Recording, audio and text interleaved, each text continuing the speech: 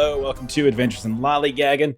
Back tonight, we're playing more Swords of the Serpentine, and we are finishing up our campaign. We've been playing this for about 6 months, 20-something episodes, and we're at the finale. Probably take 15, 20 minutes. After that, I think we're just going to talk about all of the movies that Long needs to watch before next week. We have 2 at the top of the list, Army of Darkness and Sunshine, not necessarily in that order, but both of them have to be watched. So you up for that, Long? Good to go? Let's extend this session a bit longer. Well, you know what we should do?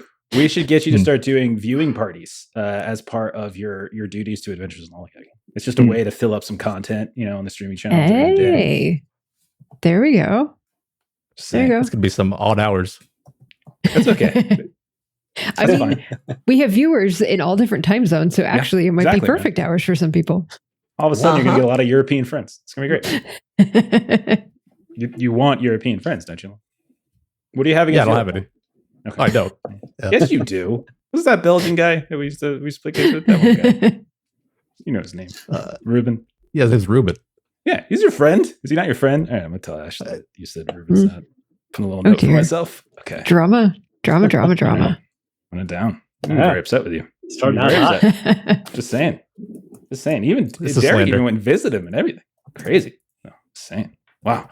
All right. Well, we're back. And before we get started, we are going to be doing a little giveaway tonight, courtesy of our friends at Norse Foundry. So keep an eye on the Twitch chat later. Our dear friend Steven /Huckleberry RPG in the Twitch chat will handle most of that. So just keep an eye out for that. And you'll get, I think we're doing a, I think it's going to be a like gift certificate, gift card, gift. So it's no limits necessarily. It's not necessarily USA or anything like that. You can do it wherever. But that's what we got. We're ready to go. I'll just dive in. Okay. Yeah. Okay. All right. Old lady energy. Old lady energy. Yeah. Okay. So, man, I didn't do like a full campaign summary. I just did like a session summary. But you all are, as you know, members of a family. So 20-something years ago, all of you were very disparate. Only a few of you, I think Fortuna and Solavito, were the only ones who really had any actual connections to the family. Chauncey, you were running a bar. Arkadiy was an assassin from a distant part of the family across the seas. Vincent was a freaking prisoner, a sorcerer prisoner that it was left in prison. And all of you were recruited to the family Main Wallen because it had been kind of decaying. It's been falling on down times. It's all of its investments, all of its reputation is all really kind of started to fall apart. And over the course of that 20-something years, as you all got involved, it got better and better and better. We saw like there was some kind of succession last time around between Fortuna and Althavira, where Fortuna got to take over the family because it's a matriarchal family, and so she eventually got to take over. But lo and behold, you learned that this whole time your family has a very dark and very twisted history that goes all the way back to basically the founding of Eversink and the days before Eversink, where your family, or at least your ancestors, signed a blood pact of some kind with the sister of Denari, some kind of demonic-like god named Borda. Who has long been gestating in some kind of strange sacral void that your estate is connected to, and has been feeding off of these successes that you've been building over the course of the last 20 or 25 years or so. All of these good things you've done, all this commerce that you've built, all this advancements and socially that you've done has all been kind of feeding her. She also has other followers, these frog-like Chugat. She's got these other cultists and such, and she is growing in power. And you've learned that she is about ready to burst, and you guys want to get divorced as fast as you can. And so you decided that you were going to enact a severance ritual that Vincent was able to learn from the head of his sorceress cabal at great cost, actually, as he had to give over his true name, which means he's essentially under Ludovica's thumb for a very long time now. And you all traveled up the Serpentine River into the shadows of the destroyed plateau where all of these different demons and devils and other creatures used to live or still live or might live, who knows. And you're looking for the shrine, the original shrine where your ancestors made this pact. So last time around, you all disembarked from the Indomita, the river ship that you were on. You got some extra muscle and another medic and a scout to go with you. Chauncey had already hired a friend, like a swamp guide, basically, in Relis Cade, and they blazed a trail through a place called the Grasping Mire. The size of your group certainly helped keep a lot of the mundane natural predators away. At one point, Vincent, you started hearing these weird echoes, these voices, and you got the sense that this might be like Chughat communication, but it was only kind of a fragmented vision that was mostly auditory more than anything else. Camping one night, you all started to hear these strange calls for help coming from somewhere in the reeds, and you theorize that it might be a creature called a skunk ape, which was connected to some kind of simian demon of some kind. And you get them at bay with fire and eventually pushed your way forward, eventually finding the site of Borda's shrine. When you got there, you realized that you were not alone, as there were dozens and dozens of Chughat, again, those toad-like swamp creatures, and human laborers that you've seen before, these cultists that occasionally have these deformations on their skin that almost like reptilian in some ways. And you saw they were there working to unearth this shrine from where it had been buried beneath the swamp. The shamans, they were performing some kind of ritual that was helping the ziggurat rise. All these different cultists had the tools of industry like cranes and various other reinforcement beams that kind of keep the swamp from collapsing back in. While you all were spying, one of your allies disappeared. And so you guys decided we got to get on with it before we get picked off one by one. You tried to sneak down into the site. You found this entrance towards the front of the ziggurat, towards the south. But as you were taking those final steps straight up towards the door, you heard the sounds of a Chughat shaman enacting some kind of spell, and then an explosion of blue flame above you as they fired one of their orbs of swamp gas at you and called for an alarm. And that is where we left off last week, and that is where we're going to pick up this week. Okay, so let me get a little music going, and then we'll get started. I'm so nervous for what's going to happen. You're all going to die. That is what's going to happen. Okay, so hopefully we'll take her down. All right, I'm gonna put us in structure. We're gonna be in structured time. It doesn't mean we're gonna stay in structured time forever, but I'm saying we're structured time for now. As all of you are in this little funnel, this little funnel that think of like an upside down, U or like a lowercase n, and you guys are funneling into this entrance, and this explosion happens. You look behind you, and you can see a singular shaman is there, and they're kind of forming another ball, all Dragon Ball Z style, and getting ready to hurl that. But you see behind him, or behind them, there are all sorts of others that are beginning to move in their direction, and you know that you are severely outnumbered here. But there's nothing necessarily between you and the entrance to the temple. So I'm going to give it to Arkadiy to go first, because he's the most vigilant, and he's probably the one who caught this first. So Arkadiy, what do you want to do here? Arkadiy looks back. He's like, listen, we must get into and find old shrine and sever connection with Borda. That is important, most important. Perhaps that alone will throw Chughat into disarray and allow us to escape. But we cannot stay and fight these beings. So, I will stand rear guard while you make your way into temple. I will follow behind. So then he just takes up a rear guard stance till everybody else gets in. Okay.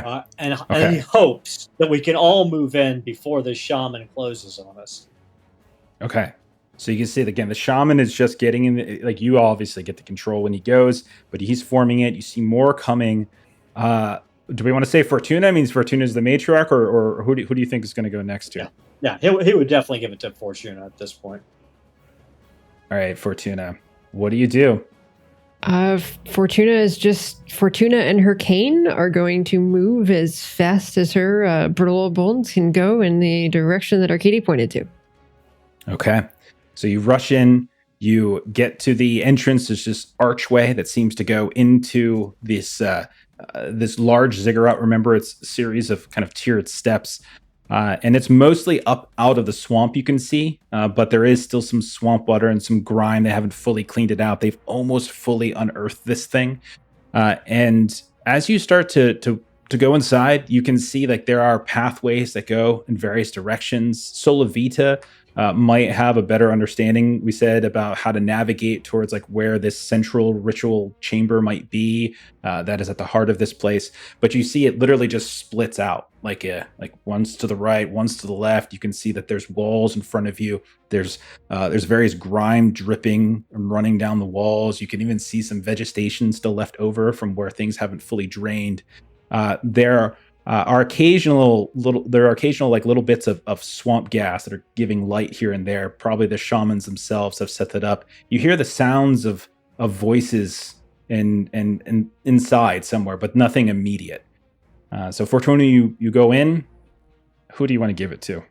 Well, I would say, as kind of you described that, my understanding is that Solavita's the one who knows the direction to go. Fortuna's going to pass it on to Solavita. Niece, you must lead the way. Yes, okay, let me. And Solavita will run forward to try to navigate the path so that everybody else won't get lost. And she's going to like make sure she gets the right directions down. Okay, and we're not going to do a roll for this because I think we did the spend and the knowledge stuff last time, so you already know which way to go. You know that it's a very symmetrical layout, at least on the outer ring, but then it gets very maze-like and circuitous, and so you begin to blaze a trail forward. Fortuna following. You could see some of your like your scouts and your fighters from the crew are coming along with you, kind of following you as you go. Two of them are like flanked on either side of Fortuna. One of them's up ahead with you, Solavita, like looking around. You would also know, Solavita, that a place like this likely was built with various traps and mechanisms. It's just a question of whether they're armed. Like this thing's been buried beneath the swamp for quite some time. You're unclear whether they'd be active. But yeah, you know which way you're going. And I'm willing to do, I've got 1 point of skullduggery left. Do I need to wait for my next turn, or can I do a spend and use it as a site, like a way of looking for traps while we move? I'll take it. Yeah, go ahead and spend it. And we'll say this is just you moving with vigilance and making sure that anything that looks even remotely out of place architecturally, any sort of suggestion of some strange mechanism hidden behind a wall or a panel, and once or twice is like you're moving, like you see your scout go to like set their foot down and you stop them and you realize some of the floor panels themselves seem uneven, and who's to know if there's like pressure plates hidden beneath them. Okay. Chauncey, stop standing next to that hole. It could be a dart trap. Vincent, that could be a pit trap. So watch your feet as well. Okay. And I'll throw it to Chauncey. Okay. How strong that like tunnel, that funnel or whatever you're going through, like how strong a structure would you say it is? Is it? I would say that, again, Solavita would know this probably better than anyone, being a Guild of Architects of aficionado here. This is a place that has been buried beneath the swamp for generations.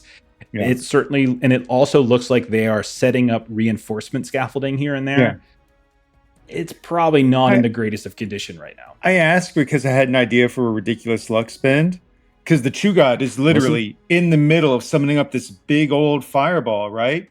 Wouldn't it be funny to do a really ridiculous luck spend, shoot him, and have it go off in his hands, like make him break concentration for a second, and just basically, I don't even care if it kills him or not, but just like cause some of that tunnel to kind of collapse in.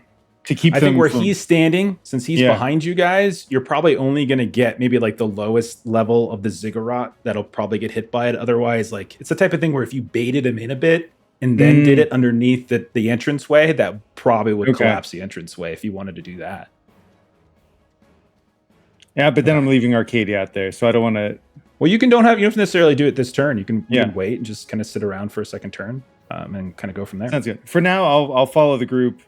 Go in. I will listen to Solavita's directions. I'm perfectly fine to say you want to do like a readied action for when Arkadiy, or the whole group really, because who knows what Vincent's going to do when Arkadiy comes in, when everyone's clear. Like you can try to sort of explode the entranceway to the least give you guys time, because it'll create some chaos. Absolutely. Okay. Very cool. Nice idea. Don't forget the rules here, though. Like Vincent hasn't gone, but neither has the shaman. There's a bunch of reinforcements. I'll tell you that the reinforcements won't be here in a single turn, but if you give me 2 turns in a row, then they might be. Well, that's why I was tempted to do the luck Let's spend not do now, because I was then going to give it to the shaman after having screwed him over with the luck spend. Oh. That was my thought process initially. Okay, I would say like you can absolutely do that, but I don't, since he's not immediately underneath the entrance into it. Yeah, like, just do it just a regular shot, like Absolutely. do a hip fire shot and then go in. Absolutely, let's do that. Okay, I'll give it a try. Chauncey's going to look cool doing whichever he's doing. It's we'll see. Fact. I don't know if 3 hits. All right, I should probably get my adversary tables up.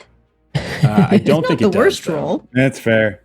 I think it's a 4. Hang on, sorry, I had the wrong. True got sheet up. Yeah, that I was is a just- miss, That's fair. It's a hip fire. It's like him debating, and then he runs in. Okay, so you shoot, you fire. Maybe the orb isn't fully. It's like just your luck. The orb just isn't fully made yet, and so the bolt just goes straight through it, like, and it doesn't explode. Okay, who do you want to go next? I mean, at this point, it's either give him double or go to him, and then after that, Vincent. So I think give it to the shaman seems to be the thing to do. Okay, so then if that's the case, then he is going to fire this. He's going to use his spellcasting ability, and he's going to shoot this orb of swamp gas, this blue orb.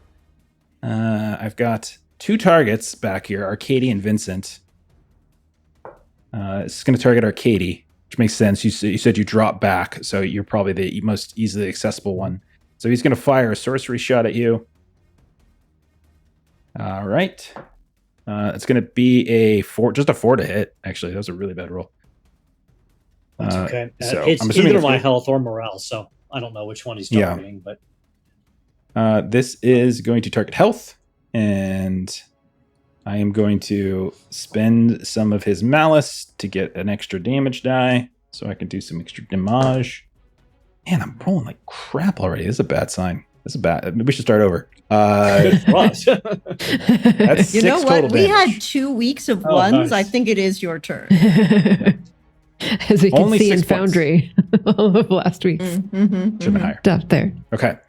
And then we'll say the alarm that he raised, all of them now start getting closer and closer. And at this point, they're all in range to go next round. Like you can see some of them have, are going to fire their own spheres. Others you can see have have spears that they're going to throw, ones that don't look as magical. And there's at least a dozen of them now that are within relative range of you all. So if you don't get inside this round, it's going to be difficult for you to not get killed by them. Vincent. Seeing everyone else run, I'll follow them, Okay. passing Arkadiy. Okay. All right. You rush inside.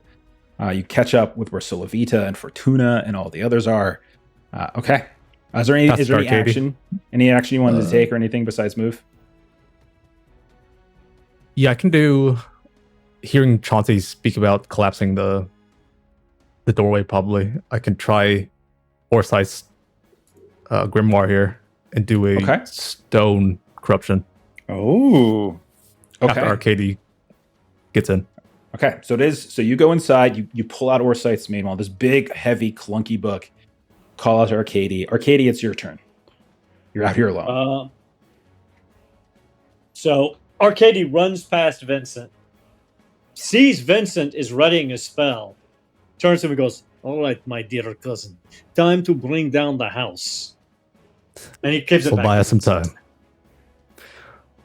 Okay. and So I'll Vincent, cast it's your turn. A spell. Okay. All right. Let's see. Crushing the structure of the entrance here. I like it. That's awesome. I mean, it's perfect too because it's Orsyth's stone Yeah, and steel. that's his whole and, thing. Like this is absolutely, yeah, I like it. Was that? That is a lot more okay. efficient way to do it. Yes. Give me a sorcery test. There's still a roll involved, and Yep. spend your points if you want to spend them. Spend 2. Okay, Got a 5. that is good enough. And you reach out, and there's this place, and maybe it's just your normal affinity or knowledge and feeling for corruption. This place is heavily corrupted, and it's a deep corruption that has been here. You would imagine for as long as this place has been constructed. And you reach up and you realize that not only is it is it this sorcery, this spiritual corruption, but there's some kind of physical degradation to the swamp stone itself, and you can feel it crumble almost in your hands. And you watch as the opening to the temple here just collapses and creates these big blocks fall down, plinths and such, and it blocks the way in. This is going to certainly buy you time. You're not 100% certain that there isn't another way in, but you're fairly certain. Solavita is fairly certain that there at least there isn't an obvious one, and so you have bought yourselves a little bit of time. So I'll say we can break at a structure since you've come up with a structure time here. All right. Very good job, Vincent. Oh, that was Made it inside. wonderful. That's Now quickly, let us find this shrine and you do the voodoo that you need to do to get this Elta from underboard. Solavita's young eyes are going to Yes. get this done for us. I'm not so young anymore, but yes. Okay, so let's just walk carefully because some of these stuff, I got the scouts to make little markers with chalk. So avoid stepping on those areas or standing next to the very obvious spike. And that is a classic. Would they call it an Indiana Jones trap with the big rock? So just don't touch that. Nice. It's one of those Pirates of Min phrases. No one really knows where it came from. Yeah. I don't know. Someone that from the was history. dog's name. I get confused as well. That's what they call it. I don't know where it comes from. Must be a dog, yes. We're being so inconsiderate to Long. He has no idea what the hell we're talking about. Okay. You have made all the spins necessary, Solavita, to both know how to navigate this place and know how to avoid many of its various traps. And I'll say that within maybe 10 minutes or so, after a series of winding hard edges in terms of holes, and also of occasionally having to backtrack a bit as like there's moments where the walls are collapsed or the floors are upturned and you have to kind of steel yourselves and go around. You eventually find yourselves in in like this sort of arced opening, this rigid right angles, and you can see like there's a snake motif, obviously, that is carved into that opening itself. You think there's doors, there were doors or something at some point, but all you see on the ground next to here is rubble. So this place looks like open and free. But you can see again, as you move inside, that there's this central chamber. It is like a inverted ziggurat in the case that it's like steps going down to the center. Everything is very slick and wet in here. You can see that all around this very large room, there are these twisting serpent motifs that are kind of like coiling up the walls, each of them kind of inlaid here and there with shells and shards of bone in some cases. On each of the four corners of the room at the highest level, at the highest step, which is the main floor that you come in on, you can see these statues. They're half serpent, they're half human, and they're at least 8 feet tall. They're gargantuan-like. Their bodies are these big, thick coils. Their torsos are more humanoid in some ways, but you can see some of the etching, some of the detail work is certainly scale-like.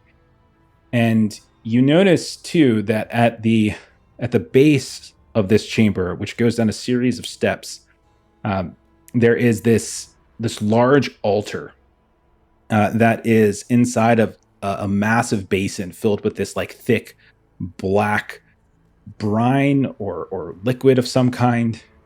Those of you who have torches or something out, it doesn't really penetrate through the liquid. It just reflects this sort of oily surface to it. And the last thing you notice really is hanging down from the ceilings are a series of chains that are dangling from above, and they're suspended over the water. Some actually have a carcass sort of gutted into it, like with some large rusted hook. Others are empty, and they're all suspended over top of this black pit. And the altar itself is right in the center of it. And this is what you see. And you're fairly certain, Solavita, that this is the central chamber of this ziggurat. Okay, unfortunately, we made it to the center. This is what it looks like. Okay. Excellent, then. Vincent, what do you need to do to enact the ritual? This is the site where it all started and where it all will end. Gonna need all of you guys here.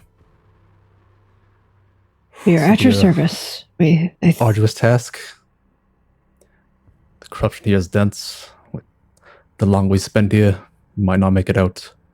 Well, then, let's not dilly-dally. What can we do to help you? I'll have everyone gather around this altar that you mentioned.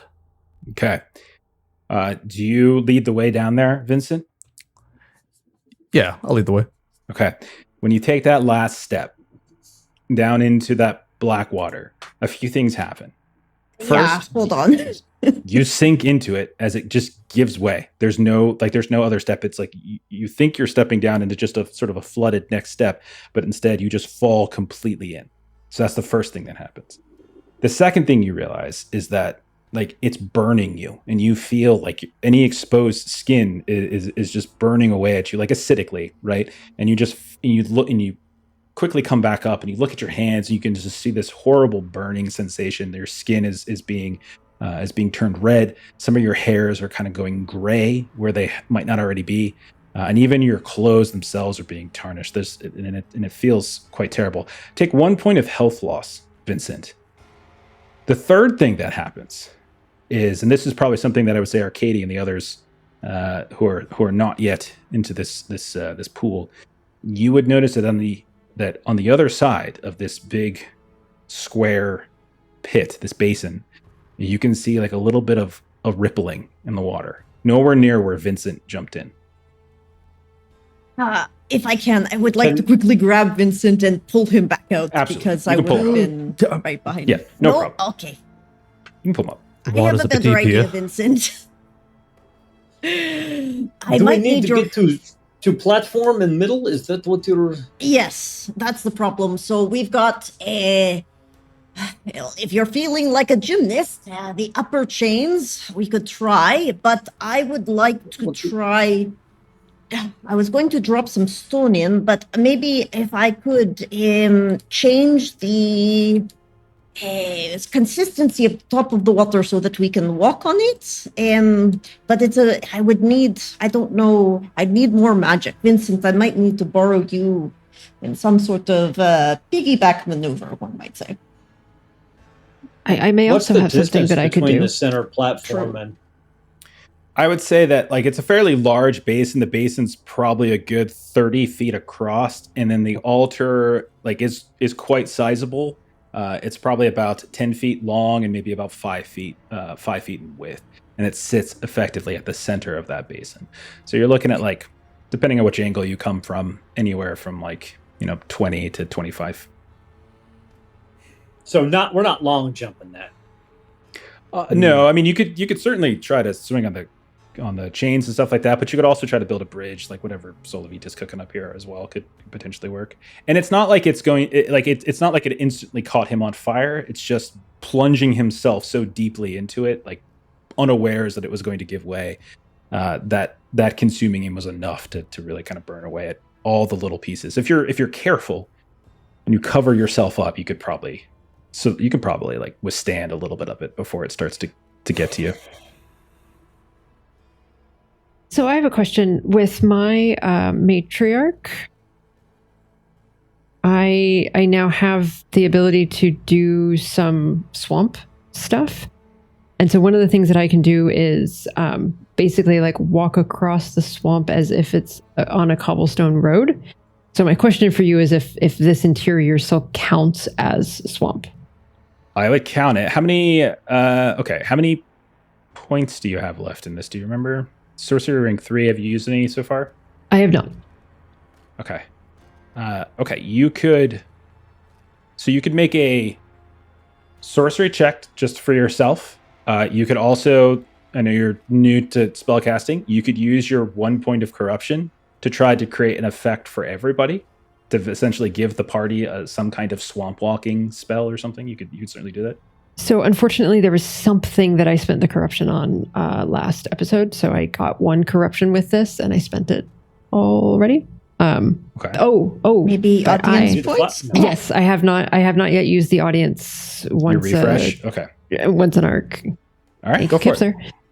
So I will do that to get the corruption point to then spend the corruption point for this. Okay. So I still have to roll though, right? You still have to roll, and you have 3 sorcery points that you can tap into before that roll. So you might want to make sure that you're spending some of that. Yeah. Do Your I choice. spend? I'm debating to just spend all of it. This feels important. Not Probably swimming a good through time. acidic, evil water sounds great. And then, Nice, you can save your sorcery strength for other things that may come ahead. Oh, I'm pretty tapped. I was also going to do the audience thing, which is why I was thinking about it. Okay, I will spend all 3 on this and see what I roll. Excellent. So I always do that wrong. Good gracious. Okay, 7. Yes. All right. 7. 7 is excellent. Okay. What does it look like? So for the first time, you get to describe the magical effect. What does it look like? If you cast the spell. So I'm gonna say for Fortuna, like her cane has become very sort of central to her. You know, it's an extension of herself at this point. She's kind of walked with it for 15, 20 years at this point. And so I would say she kind of moves her weight back off of the cane instead of kind of resting on it as she had been. And you just sort of see her almost kind of gliding it like along the surface of the water. And you sort of see her kind of like mumbling to herself. And she's looking a little, she doesn't often sort of have a wry facial expression, but she's sort of looking at Solovita because Solovita is the one who tends to do these things of the two of us. And so it is kind of that like, I've got something up my sleeve too. And so then she kind of does a little kind of like flourish with the cane as she's kind of looking for this effect to kind of move from herself and kind of outward across. Okay. Okay. Let's see if it's actually structurally sound. Go ahead and roll. Well, do you want to internalize or externalize that corruption? So she the sorcerers know, but you don't. Yeah. Do you want to internalize or externalize that? I'm going to internalize that because that feels like the safer bet for It is the a health party. test. Go ahead and roll a health test. Difficulty is 3 plus the corruption points you spent, which was 1. So it's going to be a difficulty 4. Okay. I've got 8 health. I'll spend 2.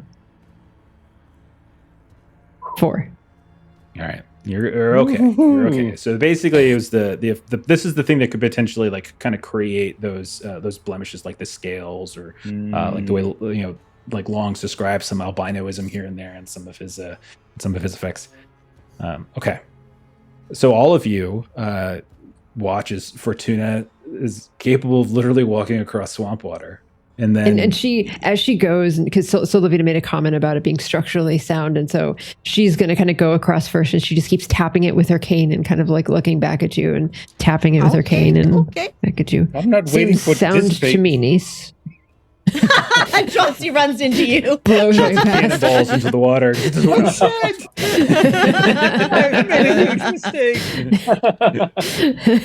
Okay. Oh, crap. Okay. So all of you effectively have a water walking effect on you for right now. Mhm. Okay. Let's go. All right. You're welcome. Is anybody else, in addition to That's just amazing. moving? Sorry. In addition to just You're moving welcome closer. for saving you in the opera. Sorry, Jeff. Go ahead. That's okay. Sorry, Jeff. Okay. Sorry, Jeff. That's fine. That's totally fine. It's Being totally fine. snarky. I'm loving the pettiness. Like in this moment, here you are, and like you guys are still going back and forth with each other. It's hilarious. You guys really are a family. You really are a family. It's crazy. Okay. Is anybody else doing anything? So just to reset, dangling chains, carcasses. There's a little rippling on the other side of the basin.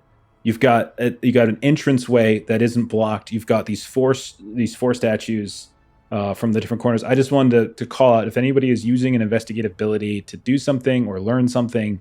Now would be a good time to note that. There's definitely something in the water. Yeah. Arkadiy would definitely be using vigilance, primarily focused around the room to try to see if he could determine if there are other access points or weak areas in the room. Like if there's someplace he should be to prevent somebody from disrupting this ritual. Yeah, definitely the opening, because there's one major opening in. There's some cracks here and there in the ceiling above. You doubt that anyone of size could fit through them to the level above. But if somebody was small, or even a snake could potentially slither through them, it's unlikely that like a hulking person with armor could fit through them. But you definitely see some of that above.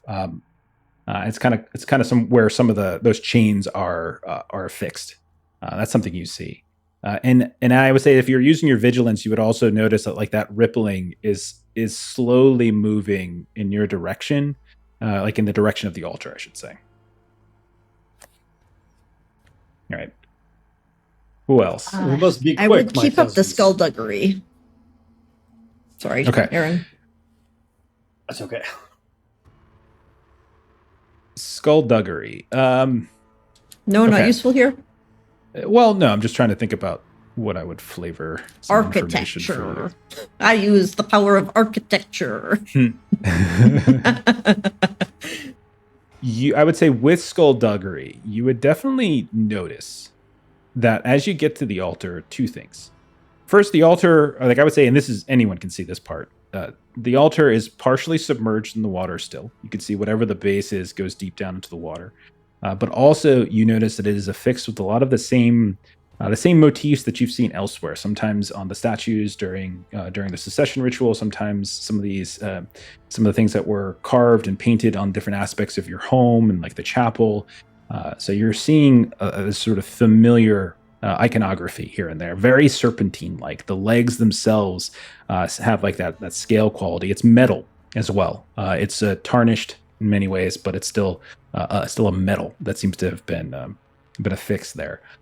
You notice too that like you're pretty sure something of size is normally on top of this altar, and you can tell just by various like scrapes and drag marks and such up here.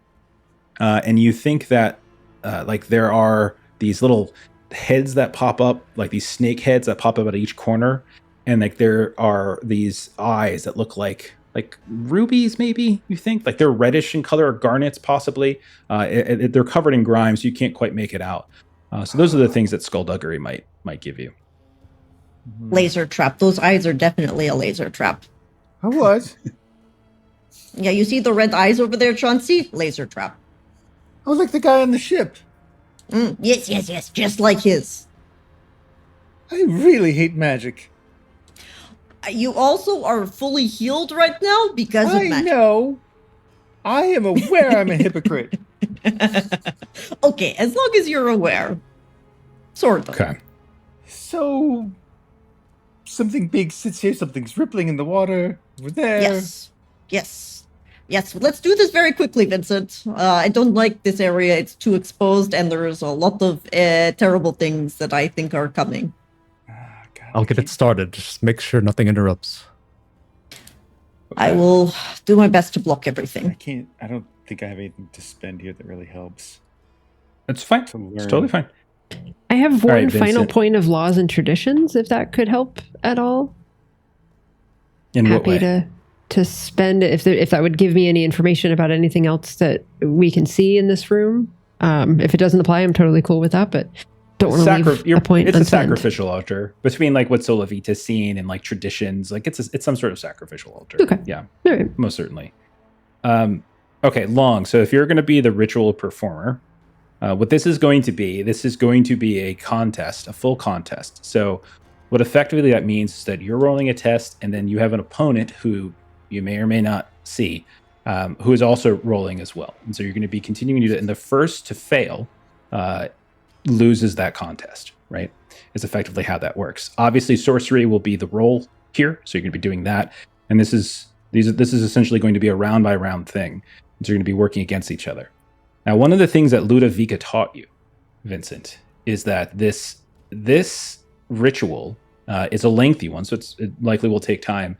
But more than that, it is one that since it's about sacrifice, it is also fueled and empowered by sacrifice as well. And so while maybe she left that somewhat vague to toy with you a little bit, you are a skilled sorcerer at this point, and you would know that there are times in which some of the strongest magics are powered when people give of themselves to empower that magic. And so there are potential ways then for you and your fellow Mainwallens to possibly help empower that spell even further. So keep that in mind. So why don't we go ahead? Yeah, go ahead. Can I? Because cooperation, when two characters work together for a single goal, would I be able to work with Vincent on his sorcery rolls to give him it's a +1, but it's basically Vincent, a 2 for 1.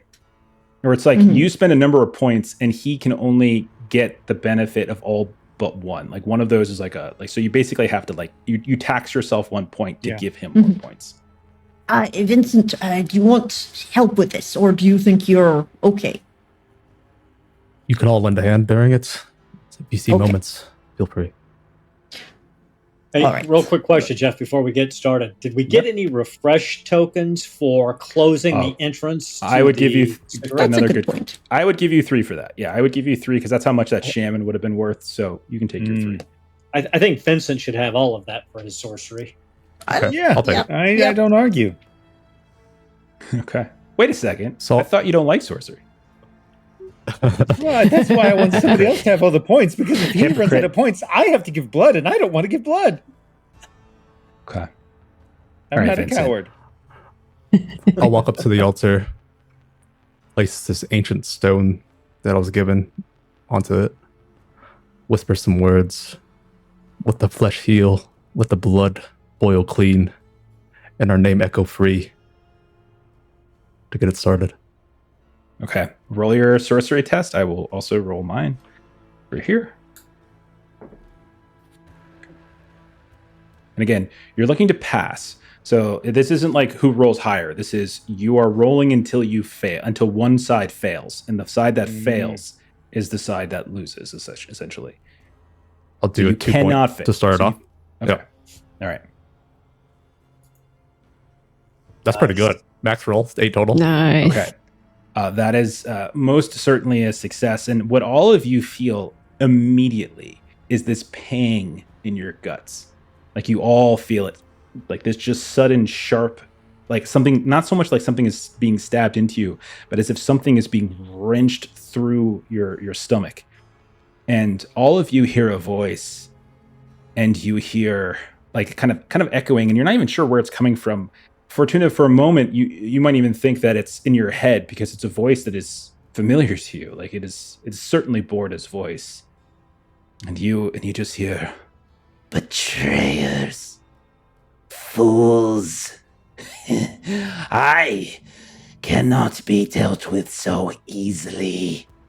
And it's just kind of shaking and echoing a bit. And you see the chains dangle, and that rippling in the water starts to become a bubbling, like almost like a boiling. And Arkadiy, with your vigilance, you see something emerging. And what it is, it's just a large face-down body. It is naked and distorted and bloated.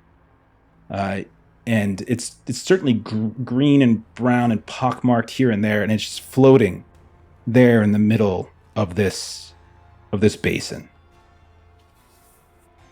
Come on, Chauncey. It looks like we will have something to do while Vincent works his ritual. Do we poke it or something? Oh yes, So indeed, we will be poking it, probably. Takes one to know one. Tell her, Chauncey, takes one to know one. Chauncey, taunter, takes one to know one. Who am I taunting? The body? You stupid ugly body. Yes. Yeah, well, she said we were betrayers and fools, but really it's her because she did it first. Sorry. Okay. You got it. Chauncey, are you doing something? I do. He's confused. I suppose. Why not? That's of course you taunt the terrible voice. Yes. You go to show a display of strength now. You are worried about this haphazard group of nobodies in here. Oh, look at this! The grand form of Buddha is a floating, bloated corpse in a pool of black, filthy water. Oh my goodness, I'm so grateful for all the opportunities you've given us over the years. Heaven forbid we betray you for all the blessings you've given us and all the times you try to murder us. Why should we give a shit about you? Roll a sway test. Ooh. Oh God. This is an attack. This is a sway attack. We're in structured time now. Yeah. Oh God, this is. Oh no. No, this is a great start. Also, you took great. my taunted love chick at it. like I rolled 1,000%. Oh my God. 10, Yes, you 10 did. would be a crit. 10 would be a crit, actually. Yay. Ooh. I hate you, and I hate everything you stand for, and I hate all of this bullshit. I hate it all so much. Don't forget, you can blame her for your relationship troubles. Let's call it that. Oh, don't remind me of that. I'm trying to find the plus. Roll. One. Okay. So yeah, roll 2d6 plus 1. Okay. Since you crit. Yeah. That's yeah, total. Oh. sorry. Oh Next my I rolled God. twice. The first one was an 11 though, Okay. All right. I'm doing a little math. which is, I mean, for me that's pretty good. That's awesome. Okay. That's pretty That's good. fantastic. The room shakes a little bit. The water bubbles a little bit more. And you hear Chauncey as you say those things.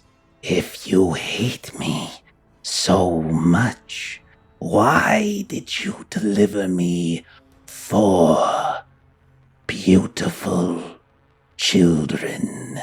They're not yours, you bitch. Oh, they are. And you watch, Chauncey, as like the back of that floating, bloated figure, you can see the skin begins to fluctuate. You can see it like kind of as if there's something moving. And then and you see exploding out of it. You can see this head, this reptilian serpentine-like head just burst out of it in this array of gore. And you see a second one burst out of it. And they begin to stretch upward into the sky a little bit above you. And then they kind of just start to shake, almost like a dog trying to clear water from them. And you see the body itself just explodes again. And another one of these heads just sneaks up. And one by one, these long tendrils with snake heads at the end of them begins to grow. Chauncey, who would you like to have go next? Oh, Arkadiy, what do we do? Poke it. Well, yes, I think perhaps poking is appropriate now. Are these heads like over the platform? Are they? Yes. Yeah, they're huge and they're moving and they're undulating and they're like, you can see they're trying to like orient themselves because they've been compressed within this bloated sack. But they are accessible if you would like to. Okay. So I will. I'm going to move in and slice at one with my new blade that Helene gave me. I will. I'll spend 2 warfare. I'm getting low. See how it goes. An 8. Yes. Phenomenal. Now So the good. dice like us. Then, let me double check. Unfortunately, is not a crit, but is most certainly a hit. So 7 points of damage in total. Okay. And do you have that? What's your armor piercing again? I know you have some of that. too. 3. Armor piercing Okay. 3. As you stab into this, you realize that your first stab is just deflected off to the side, as if the thickness or the rigidity of these scales is such that it almost completely blocks your first blade. You continue to stab, and eventually you pull back the blade and you see blood on it. Essentially, they have very thick armor. Okay. This is going to be quite difficult, Chauncey. They are very, very deadly creature. Okay. And you, as you're stabbing in, you see the leg just start to shift and move. Then you see, like, from the buttocks, you just see another head just explodes out of it. This person, whoever they were probably a fairly large person in life, but in death, their body has swelled to such a degree that they look like they could be 800 pounds. Like, they're just enormous, and you can see just growing from each one, face still down. Who goes next? Dear Solovita, is there anything that you can do about perhaps burning this body or getting rid of it before it sprouts another dozen heads? Well, fire's not so much my thing, but what I can do, and she's going to sort of reach in and try to use sorcery to transmute maybe the corpse body that's floating on the ground into a different material, like something that the snakes can't start to grow out of. Go for it. Give a sorcery test. Make it a sorcery Hard attack. candy coating. Okay. Yes. I am just going to go. While she's looking that up, welcome Raiders. Captain, I think it's Captain Vivian. Nice. 6. Thank you for that raid. Welcome, Raiders. We're in the finale. We're in the big battle. It's like the big final boss battle here. Also, I want to point out that the boss head that just came out was out of the butt. Anyway, I rolled 6. I was really proud of Jeremy. His face didn't betray silliness at all. He maintained a sense of terror. I didn't. 6 is a hit, but not a crit. Yeah. Okay. Let me. So you can do one of two things here. You could say this is a maneuver and you're trying to get an effect, or you're just doing damage. It's up to you. If you do a maneuver, I get a choice. So just remember, I can choose to take the effect that you want, or I can take the damage.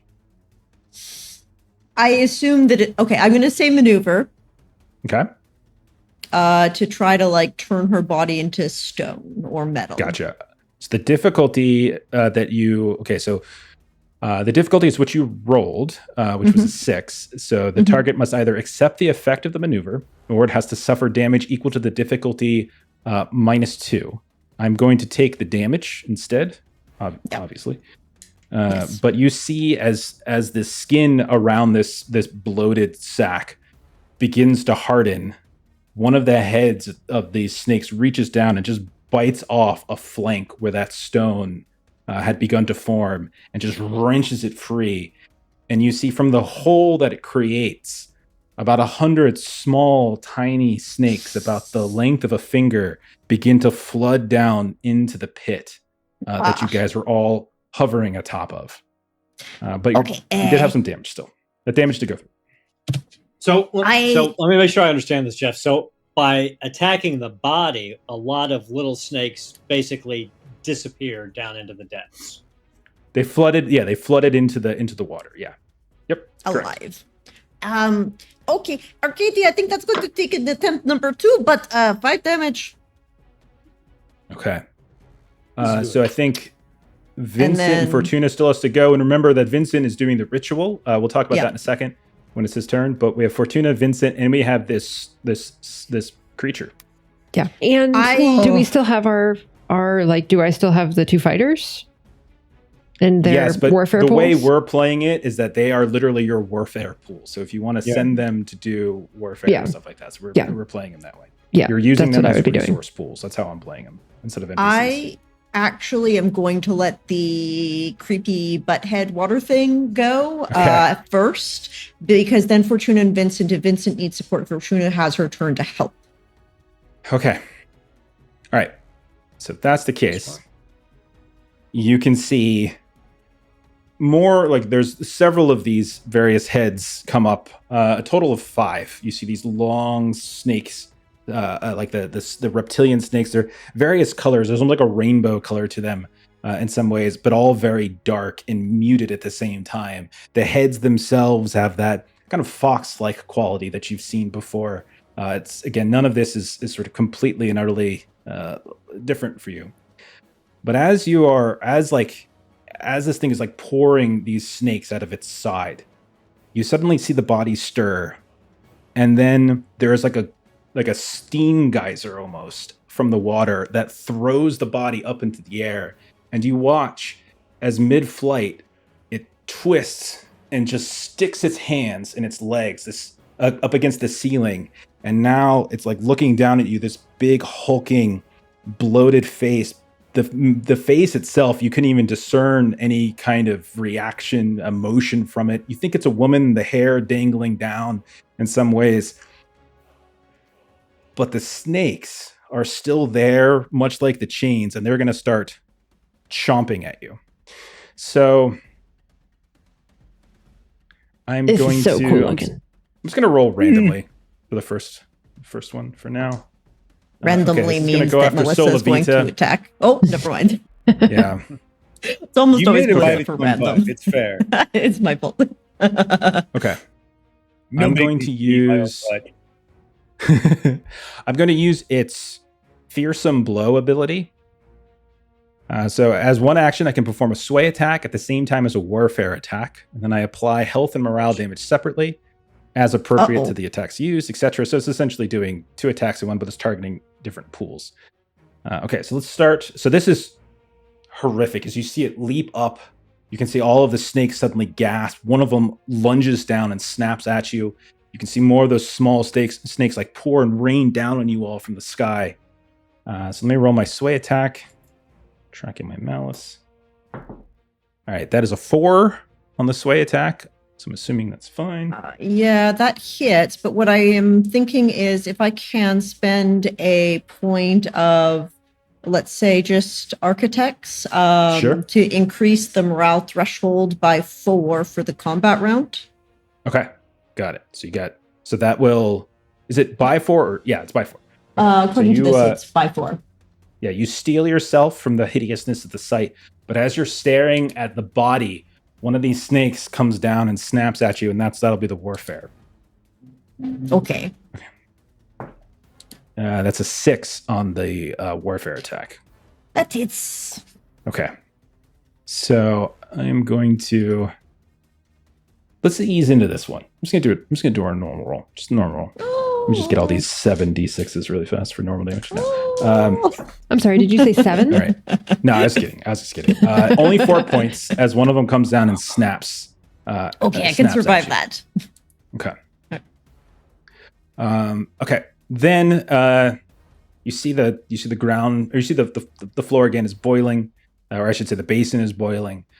There's now 5 heads that are coming free from this body in all these different directions, and then you can see this bloated, like fleshy woman just kind of spider climbing around the top of the ceiling and along the walls as like all these different snake heads are lunging out from them and snapping at all of you. Okay, let's say I'm gonna give it to Vincent. Makes sense. Vincent, you're doing the ritual. So for you can continue to do the ritual. However, you also can take other attacks, or other actions on your turn if you want. But if you do so, it will increase the test, the difficulty of your test by 2. So instead of needing a 4, you would need a 6. So you can still do other things if you want, but it does mean that it makes it a little bit more difficult for you to concentrate. Okay. I'll get some sacrifice starting, do a small offering of blood. I'll backhand the altar with my hand and splatter blood across it. It's more of it if you want. Okay. I'll give you a +1 on the roll for this, but not permanent. It's just going to be momentary, a fleeting sacrifice, not one that is lasting. You would know, Vincent, I would say that the stronger the sacrifice, the stronger the effect it will be, the empowerment of the ritual. Okay. Okay. And I'll spend 1 point myself for +2 total. Okay. I got a 6. Excellent. All right, let me spend some points. All right, I succeeded as well. I rolled a 5. That was close, but that's a success for me. Okay. Okay. You weren't doing anything else, right? That was your only thing? Nothing else. I'm focusing on the ritual, so I'll pass it to Fortuna. All right, Fortuna. It's Devin and John, I believe, were the 2 fighters that are kind of the warfare pool. Mm-hmm. So she just sort of does her pointing with her cane. Just they must not interfere with what Vincent is doing. And One so- of your 2 fighters did piss off disappear. She had 3 fighters you. initially. She's down Oh, to 2. I thought She she had had 3 initially. Yeah. My bad. I had 2. I had 2 for a total of 6 points. There were 3 points each. 3 points for Okay. one and 3 points for the Oh, so other. you So only if have one of one them then. left, then I only have 3 left. Okay, So thank yeah. you for keeping me That's honest. what I thought. Sorry. Okay. All right. That's a Then I have 3. Oh, don't say that. I've got 3 warfare points to spend. I will spend the 3 of them. That seems like it makes sense. Oh,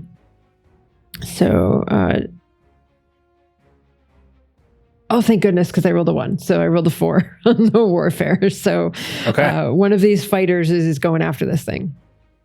Okay, so you see this long snake head come down, attack Solovita, and they lunge at it. I'm going to assume that you extended your water walking ability to them as well, so they kind of move across, and Yeah. they're kind of freaking out a little bit at this concept. They're familiar with sorcery, but they don't like sorcery. And then they start hacking away. Roll your damage. It's a d6 plus 1 by default. And again, don't forget you all have spends that you can make, investigative point spends. Don't forget those types of things. That will definitely help you, not just with protecting yourself, but also doing extra damage. One of the generic benefits of making an investigative point spend is to get an extra damage die. One thing I would say, any one of you who has attacked so far, so Arkadiy, Solovita, even with her sorcery, this thing seems well defended. Like Arkadiy, which you were stabbing in, and you have piercing blades, and even you were struggling a little bit with the scales. So All right, I'm so looking at what I have to spend on investigative points, and I have 1 in laws and traditions and 2 in the grit sway version of spot frailty. So I'm not entirely sure that my BSing skills are particularly good to see how either of those 2 would work for an extra spend. Yeah, your warriors are doing a health attack, so otherwise I Exactly. would have taken frailty. Yeah, but I dedicated Also that at the very traditions. beginning. Actually, hold on. Let me just double check laws and just to make traditions, I could- sh- We could Actually, make no, a laws of no. traditions. I misspeak. So once you reach 2 or more ranks of spot frailty, the benefit applies to both armor and grit, allowing you to automatically ignore 1 point per rank of each. Oh, okay. So Right. I obviously I'm not the one doing the thing. So I think it just, to me, justifies me doing a spend in spot frailty to kind of counteract this. Okay. So If that's you a will. that so that effect is like just a default, like the -1 armor. That's just like a passive. So then you're also spending a point in it to get the extra d6. Am I Yes, understanding correctly? as long as Okay. we're considering that this can apply to the fighter, because it's the fighter doing the attack. I'm And fine with not it. Fortuna Yep. per se. Okay, then I will It's absolutely. you pointing out where to bend. stab and cracking people over the head. As she All right. does with her cane, she just points to other people to Mhm. do the thing. It was like, no, hit it over there. No, not there. The other, right there. Okay, so this is a 2d6 plus 1. and you were 2d6 ignoring one plus 1. Ignoring armor, so that is going to be a 6. Okay. Ignoring 2 points of armor. 2 total? Okay. All right, so it's gonna got it. All right, excellent. New round, I think, right? I think everyone's gone. All right. So the room is sort of shaking from the movement of this creature across the ceilings. The snakes are snapping down. The water is kind of bubbling and boiling, but you guys are able to stay over top of it, so it doesn't actually seem to be affecting you. You know that the Chugat are most likely in the various covenant of the mire outside, are likely trying to find a way in. They know you're in here, so you know time is of the essence. So keep that in the back of your mind. Vincent, you're continuing to perform this ritual. You're struggling. There is a very powerful force working against you, it seems. And every now and then, as you're going through your machinations and your gesticulations and doing all of that, you just hear like a laughter, like a condescending laughter, like a mother to a child in some ways, just kind of grow up in your ears a bit, as it seems as though you're struggling. Okay, who goes next? Fortuna, you get to start it off. I would say that I I'm concerned for these creatures being able to interfere. So I'm going to I'm pointing at this Devon, and then I just kind of point in Arkadiy's direction. You do what you do. Dear Matriarch. Is there any way to get at the actual body, or is that too high? You could try to climb up one of these chains. I mean, there's chains that connect to the ceilings. You could try to climb and stab. You could do something like that. Probably just increase the difficulty and do one roll as opposed to trying to do 2 separate rolls for that. Yeah, I will do that. And I'm going to use a flashback. I like it. From when he had a very deadly assignment in Lou's Wreck, when he was in just a late teens, and it was a fellow assassin who was up in the rafters firing down with a short bow, and I had to climb up the chains of a candelabra and swing across and jump and stab him and then ride his body to the ground so that he was crushed instead of me. So he's going to go for the same kind of heroic swashbucklery stupidity and throw himself up this chain at this thing. Okay. I'm not going to do separate checks for athletics and attacks. So I'm just going to make the attack a little bit more difficult. That's all. Okay, so it's +3 from the flashback, and I will spend 4 points of warfare for a total of +7. Oof. Phenomenal. Jesus. For an 8. An 8 is still good enough to hit, but it's not a crit. No, it's not I will spend 1 point. I will spend 1 point of spot frailty to get an extra die of damage. Nice. Smart. Okay. All right. There it goes. Oh, that's not a great roll. No. What's the total? +2. 6. On that, so 7. Okay, 7. 7. Bypass a little bit of the armor. -3 on the armor. Yeah. Jesus, Okay. what a shit roll. You rolled a 1, a 2, and a 3 on that turn. God damn. Climb up. You've got one arm on the chain. You try to reach the CX up and try to tear her down, but instead of her flopping down with you, you rake open a portion of the torso, and you see more of those small snakelings, those baby snakes, kind of pour down on you. Some of them kind of get caught on some of your clothing, bite you here and there. Small bites, nothing too terrible. But you're not able to wrench her free from the ceiling. And who would you like to go next? Cousin Chauncey, do you believe that you could possibly perhaps assist me with this problem? Of course I can. As I was sitting debating, part of me wants to do morale damage, but it feels like overall we're better off everybody stockpiling on one thing versus splitting our damage. Well, but yeah, actually, stockpiling your morale damage. No, he'll follow suit if Arkadiy calls out for that. I have an idea for a use of my church affiliation. Chauncey may not be the most devout guy, but at this point, he's got a rank in with the church. He knows the mantras and the prayers and that sort of thing. He's pretty sure Barda would probably be pissed as shit for somebody to start spouting the mantra of her sister in her den.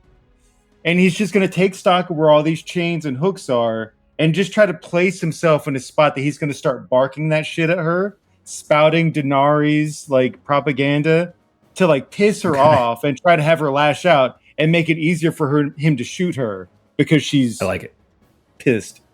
So you're spending that point to get your bonus effectively, and your bonus hit basically. I like it, because I'm trying to make her lash out at me, but she's lashing out through the chains and the hooks, which in turn actually ends up making her easier to hit. All right, give it a roll. Okay, so I'll spend my warfare as well, so I'll have a total of plus. Should I go all in? I'll go all in. So it'll be a total of +7. This is as good as I get with the crossbow. Wow. Nice. So it'll end up being an 11. Nice. And the crossbow has an easier chance of getting a crit. Okay. Because it's the 11's a crit for sure. Yeah. That is a double crit. I think. No, wait, no, it's not. No, it's not. Sorry. That's the blast is 3. The crit is 5. I apologize. Okay. Yeah, you it's made just me a single super crit. excited for a second. Sorry. It's okay. It's okay. still a crit. And you're just doing damage, right? Or were you? Yeah. Were you attempting? Okay. Doing Roll it damage. up. I have a temptation to spend a point of ridiculous luck to have it get mangled up in those hooks and chains. Like have it be the critical shot, but also maybe spend the point of ridiculous luck that like it impales itself on several of these hooks while I piss it off and it lashes out at me. I would take that. Could be for bonus damage or just for an effect, whatever you prefer. I'll take the effect. I'll say the effect will be, since it hasn't gone this round, when it's turn to go, since it's tangled up, I'll give it a penalty to its attacks, essentially. That sounds great. Works for me. Okay, works for you. Excellent. All right. So 2d6 plus 2 for this lovely crossbow. So you're spouting out this Denari worshiper gobbledygook, and you hear not just like Borda, like just horrifically calling out your children's names. Like you can hear like one after the other, and like, hang on, let me scroll back up. Carlotta, Chiara, Carmine, Corrado, and just kind of going through each of them and just repeating them one after the other. The snakes get absolutely horrifically upset, and they start to weave their way towards you, but in the process get tangled up in some of these chains, kind of slowing their assault on you all. 10, huh? That's about as good as it could do. Do you pierce armor? Like, you don't pierce armor, right? No, I don't have anything like that. 10 points is a lot for Chauncey. That's fantastic. It's phenomenal, man. Okay, who goes next? Has Vincent gone yet? Not this round. Not this round. 2. Vincent, and Fortuna, and myself. All right. Struggling at the altar, I wind up my wrists. These chains start coming into form. Bind one arm to the end of an altar, bind the other arm to the end. I don't know where these came from, but they're familiar, cultivated over the years. But I sacrifice this corruption to you. I'll sacrifice pretty much my sorcery, my chains, my iconic item. Phenomenal. Ooh. Okay. Roll a test. Just like normal. And I'll tell you what that will do. I'll spend a corruption point to get a +3. If that's all right. Okay. Absolutely. Just to your roll, right? Yeah. Okay. Got it. 6 total. Nice. Okay. You continue to pass. A few things will happen all at once. First, I did pass mine. But you hear like in your mind or in your ear, it almost sounds like someone's whispering right at your ear. But when you turn to look, you don't see anyone. You see everyone kind of frantically trying to deal with this creature. You just hear her say, "Good more." And then those of you who are fighting the snakes, you see like some of that scaling. That sort of muted, muddied rainbow scaling just begins to kind of mute even further. It kind of darkens and decays. And you can see some of the brittling of the scales seem less radiant, less robust, less lively, as if it's effectively kind of corrupted in some way. So the benefits, I'll just tell you, is a reduction of its armor. You can see this thing is weakening. But this does mean, Vincent, that you need to remove your sphere or your sphere for chains. You will no longer have this for the rest of your life. Oh my gosh. Yeah. So for like the next 20 minutes. Oh, God. Son of Okay. Who would you like to go next, Vincent? You can tell you're getting to her, but she is strong. Like she is extremely strong. So there's Fortuna Solovita left in NPC? That's correct. Okay. I'll do Solovita. Okay. So Solavita is going to pull out Blackthorn, her dagger that she's had forever, and she's going to pull out a vial of our family's special recipe of a bottle of antidote that is also a severe poison, and she's going to slick it using a point of leechcraft she applies to this dagger. And she's going to spend a point of we're going to do warfare. She's going to throw the dagger up at the stake creature to poison it. So essentially every round, as long as you're okay, again, on page 90 for poisons and effects, every round you'll take 3 health damage. I was going to do morale, but if we're leaning into health, I'll do just... Absolutely. And also the damage or whatever I do to hit on the dagger. This assumes that I hit. So I'm going to do a sort of, you'll see Solovita remembering when she's just like a couple of years ago in her laboratory. One side is a table covered with like architecture drawings. The other side is a table covered with like complicated mathematics and combinations of potion ingredients. And then in the center is like clearly where she's cut things and mixing. And you can see her like pull out a rat, attempt a little bit of poison on it, and seeing the results and how quickly it acts. And we're going to give that a +3 on this roll, which is going to be a... Oopsie, that's the wrong button. Oopsie. That's not a number. There we go. That is 4, 2, and 3. So 9 to hit. Ooh. 9 might be a crit. I'm borderline on crit. It is a crit. This does only have a threshold of 4, so it is a crit. Yeah, right on it. Great. And can I spend my point of alliance nobility, like just being proud and kind of having dug into the heritage? Okay. Like you're finally embracing the fact that you are of noble heritage? Yeah, more than, usually I kind of ignore all sections of that for parts of my damage roll. So that is a crit, so I'll do 2d6 and then plus the nobility damage. And then every round, I don't know if you want to do it on my turn or probably its turn. You'll do 3 damage. Yeah. Oh, that's interesting. So that is 5 points of damage plus my nobility spend of damage. +1. Well, the nobility will just be another d6. So roll another d6. Oh, sorry. My bad. No, you're good. I remember that. Another 3 points, so 8 points of damage. I think it's a total of 9. I think you should have a +1 to this too. It's okay. It's 1d6 +1 by default, and then you get 2 other die, so it's 9. That's there we go. I knew I was forgetting something somewhere.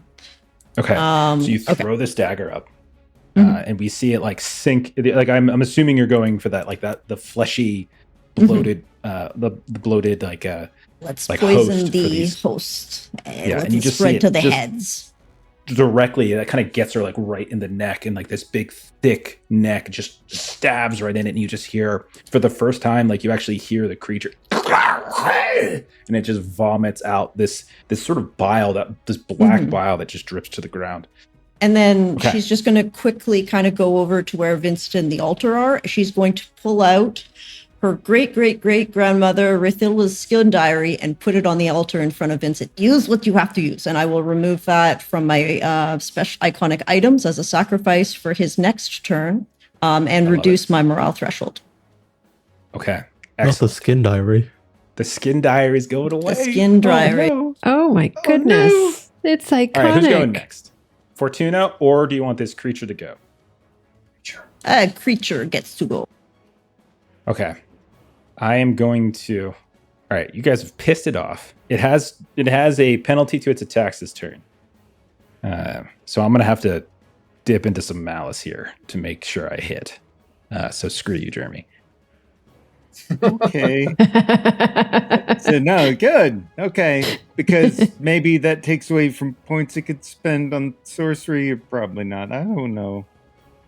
All right. This is not the most efficient way to do this, but I'm going to do universal attack. So I'm going to attack all of you. Oh dear. Okay. But I'm an old lady. Yeah, doing so much damage. Okay. I mean, technically so is Borda. So. Oh yeah, this is very true. She ancient. I just old. Okay, they're all separate attacks, so everyone's going to get a separate attack, and they're all penalized because of Chauncey. So I'm going to spend some extra. My God, I'm just burning so much. I just burned through like half of my. It's All right, Chauncey, you're first. finale. One of them Okay. comes down at you. That will hit. It's going to be a 5 total. Okay. All right. I don't want to be hit by that. I think Okay. I would like to try to dodge that. Absolutely, yeah. Go ahead and spend your Oh, athletics. shit. Give your Ah! No, you passed. Okay. Oh, you rolled it. You rolled it. Okay, you passed. Okay, I forgot to excellent. click this. No. You see, as this thing is going down to snap at you, it gets caught up in one of the chains that's dangling, this carcass, but it doesn't care. It just lunges at you because you have been the one spouting Denari, and it rips the chain clear from the ceiling, and you just see stone begin to fall, the cracks in the ceiling begin to widen, and it lunges down. But that one brief millisecond that it took longer because of the chain allows you to just back out of the way, dodge, and you avoid the attack. Fortuna, however. Fortuna, that is going to be a 6 to hit. Oh yeah. Okay. How do crits work against us? They don't. There's Okay. no. I don't have Okay. crits. All I have to do my extra damage spins and stuff like that. Got it. Which you know what? Thanks for reminding me. I think I'm going to go ahead and do that. I'm the old I lady. mean, at least I reminded you when it's on me, so that's all Smacking like down the old fair. ladies. Why do I roll double 5s every time I do this? That's going to be 11 points of damage, Fortuna. Oh, son of a bitch! Oh. Wow. Shit. That takes me to -5. Okay. All right. So That's a So lot of Fortuna negative. had been, kind of just pointing at the fighter to kind of do the things, and then just suddenly she very quickly goes Jeff, don't from forget your 3 looking extra damage okay. on your turn. I'm sorry, say that again. thank you. Jeff, don't forget your 3 extra damage on your. Got it. Thank you. From the poison. I got you. Yeah. Okay. All right. You have to make a difficulty 4 health test immediately to stay conscious. If you go to -6, that's the next tier. So be careful, and don't forget, before you roll, you can make spends to potentially boost your stuff. Which if I'm sitting at -5, I shouldn't spend anything I because know. then I'm That's what I said. automatically. But I meant you could spend investigative points to potentially get a bonus on this as well. So if you have any investigative points left that you think could help you in this case, now's the time to spend them. You could also do the little, if you haven't done the flashback thing that I have our not done the little house rule, flashback. there you go. You can do that right now to get a bonus to flashback to you playing around with snakes and getting bit and being like, this isn't so bad. I can shrug this off. I would like to say that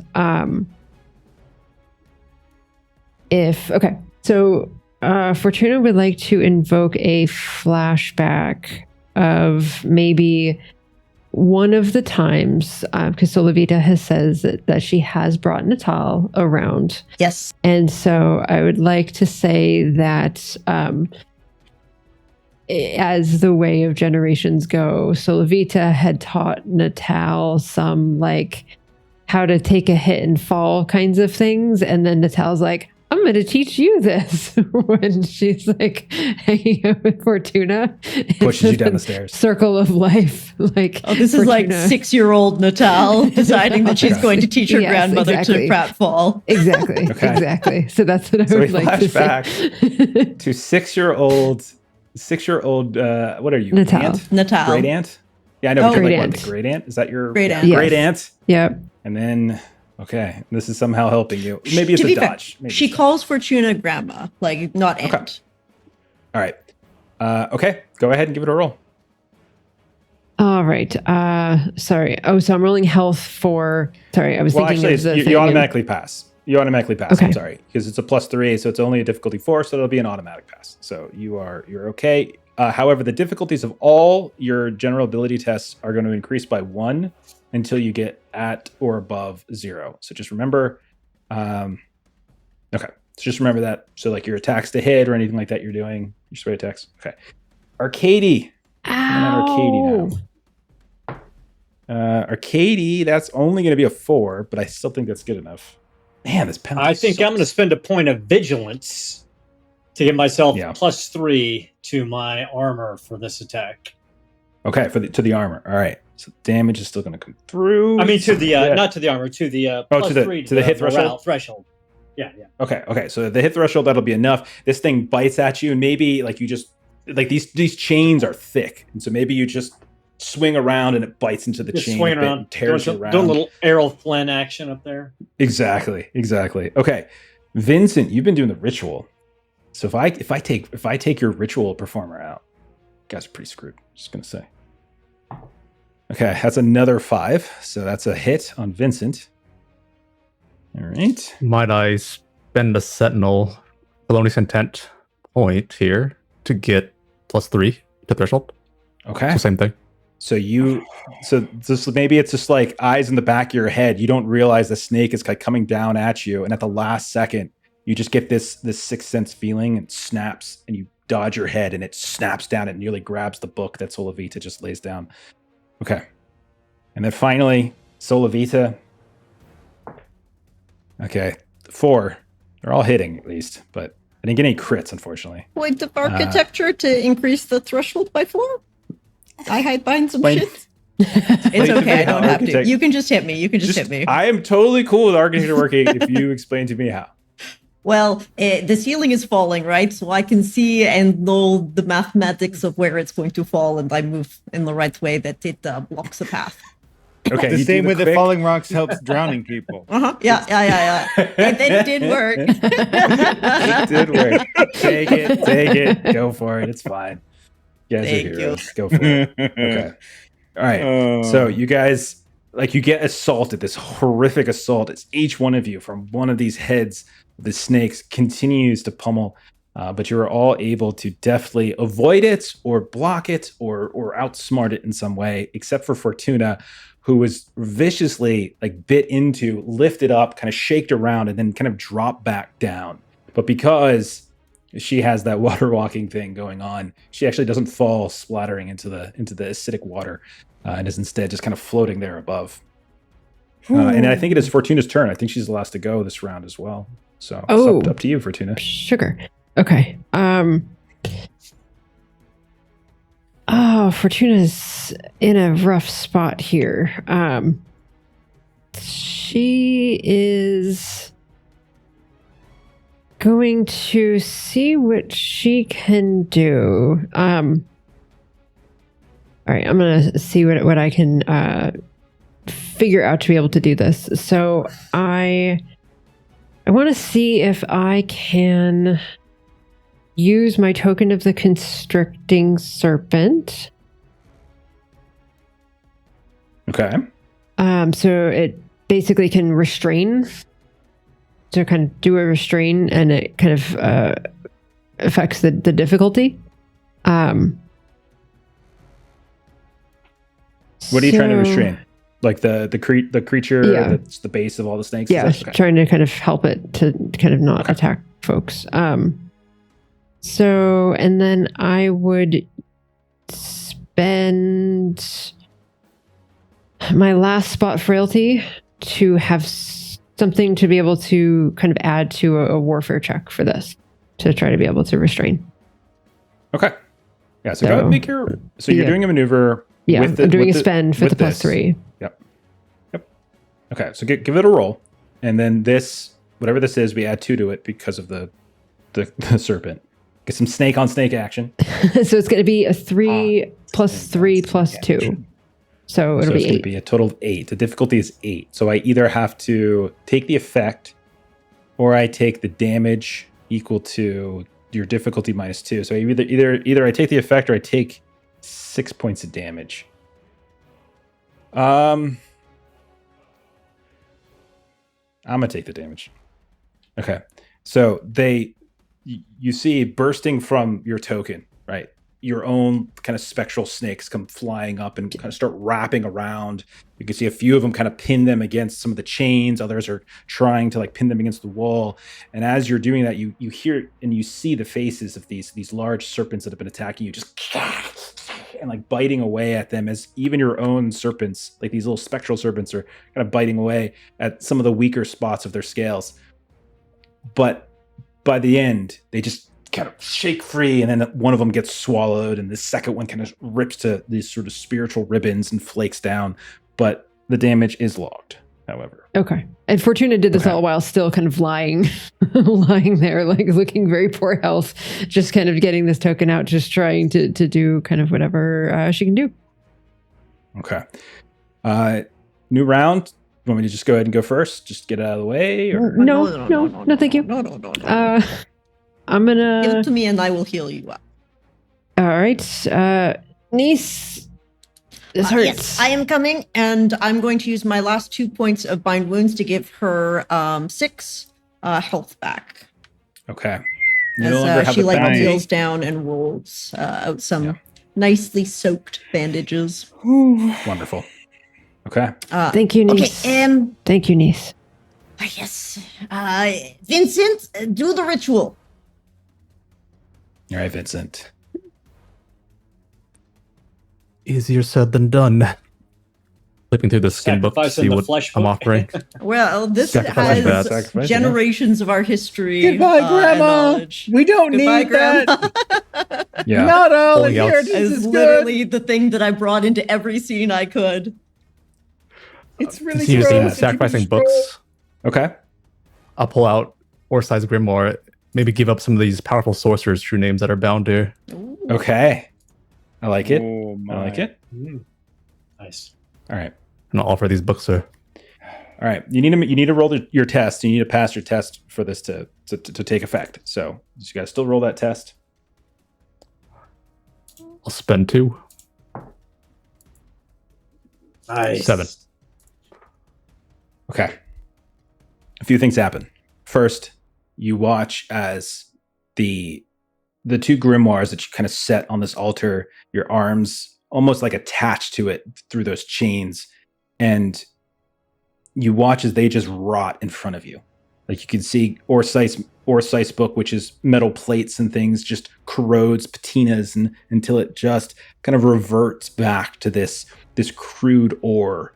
Solavita's, it's basically like watching a corpse decay in rapid time. You see the skin quickly and without delay just fade into ash. And in front of you, both of your these powerful grimoires have dissipated. Vincent, you're going to take 3 points of morale loss. Solavita, you're going to take 4 points of morale loss. Oh, out. As both of you grit cover. Yeah. Grit is reduced. Yeah, so you can Okay. Yeah, reduce your grit. you should have 0 grit if you reduced your iconic items. I don't think your main wall. Sorry, I don't think your Orsight grimoire is your. Yeah, this was basic here. Oh, so yeah, the skin diary was mine. Okay. So that's the bad news. The good news is that all of you, as you've been feeling this horrific pain in your stomach this whole time, as if someone's been like wrenching something free, all of you just vomit. You just from wherever you're hanging from the chain, whether you're at the altar, you just vomit up this sickening mass that just falls out and flops onto like that. Some of you, it's onto the altar. So if it's you, Vincent, by the altar, if it's Chauncey, if it's Fortuna, if it's Arkadiy, it might fall down. And you see like this just black kind of leech-like substance, and just kind of pulses and dissipates and sizzles. And for the first time, as far as you can remember, whatever like that little reminder in the back of your head suggests that like you're connected to each other, or you're connected to the main wall. And for the first time, it sort of settles, and you almost feel like you've lost something, but you feel better at the same time. And Vincent, you would know more than any that you have broken the pact, as you hear like just screaming into your ear, like Borda, like without even words any longer, as she's just trying to drown out your focus with just these horrific, savage, feral screams. The creature above falls, It like no longer attaches itself. You see it splash down into the acidic pool. The snakes are still flashing around as well, but you do see the scales are beginning to just flake away, and underneath it, you just see this basic reflective flesh as if it's no longer coated and covered by this armor. More than that, the entire ziggurat starts to shake. You just feel, and all at once, you all have to like reach out. Everyone give me an athletics test to try to steady yourselves as the ziggurat feels like it's shifting, like it's moving in some ways. Everyone just give me an athletics test just to keep you from falling prone. That's all it is. No. It's done. We're free. Good work, cousin. Good work. 3 on the athletics. Yeah, Okay. you and me, Vincent. Vincent, I mean, the two of you have been most drained. Both of you just had some of the very essences of your sorcery. Vincent, between your chains and the main wall and book, these are two of your like 3 sources of magic. Solavita, one of yours is effectively at least neutered, if not deleted, right? And so you feel that, and like that momentary like lapse of concentration as you feel something pull from you. The two of you fall. And again, because of that ridiculously clutch thought to do swamp walking, none of you fall into the pit and don't take any damage. You guys could have been taking dot damage this whole fight, but that is not going to happen here. Okay. Thank goodness. The snakes are still thrashing around. The entire ziggurat seems to be shaking, and you feel it kind of shifting and moving at the same time. There's a new round, I believe, right? No, it's not. It's a Chauncey and Arkadiy haven't gone. Yeah. Okay. And Fortuna hasn't gone on this round. Sorry, yes, you're right. Yeah. Okay. So Vincent, who goes next? Arkadiy, get us out of here. As you wish, cousin. So does it look like? I mean, I know the snakes are thrashing around, but does it look like they're still a threat, or does it look They are like... still a threat, but you can tell that they have suffered something. Like they have been weakened significantly, and they look like there's like that thickened scale has essentially shedded away completely. Like they've shedded their skin, but they are still a threat, though they seem a little bit more feral and wild and uncontrolled now. But they're still connected to the central body as well. Yeah. But you can see like there's a lot of like they're sort of tangled up and they're struggling to move. Effectively, they're not as strong as they were. Like mechanically, they're not going to be as strong as they once were. He looks down. He goes, Vincent, do you want me to try to get us out of here, or do you want me to finish off this beast? Ziggurat is sinking and our curse is freed. So Arkadiy will then swing from the chain down away from the snakes and back across the water and say, follow me. We will find a way out of Ziggurat. Okay. You swing down. No roll. It's fine. You swing down. You're effective enough at this, and you're not actively being attacked. You move out in the direction of that archway. You start to leave, and your vigilance kicks in as you hear the sounds of that Chugot language. Maybe Vincent described it to you. Maybe you heard it yourself. It's not like you can't discern what they're specifically saying, but you know that they're calling to each other, echoing down the halls. So not immediately on top of you, but you know they're in the halls somewhere. Dear cousin Solvita, we need another exit. Yes, you'll have to wait for next round, but I will plan on making one. Fair enough. Okay. All right, Arkadiy. I think you have a choice between Fortuna, Chauncey, or this snake creature.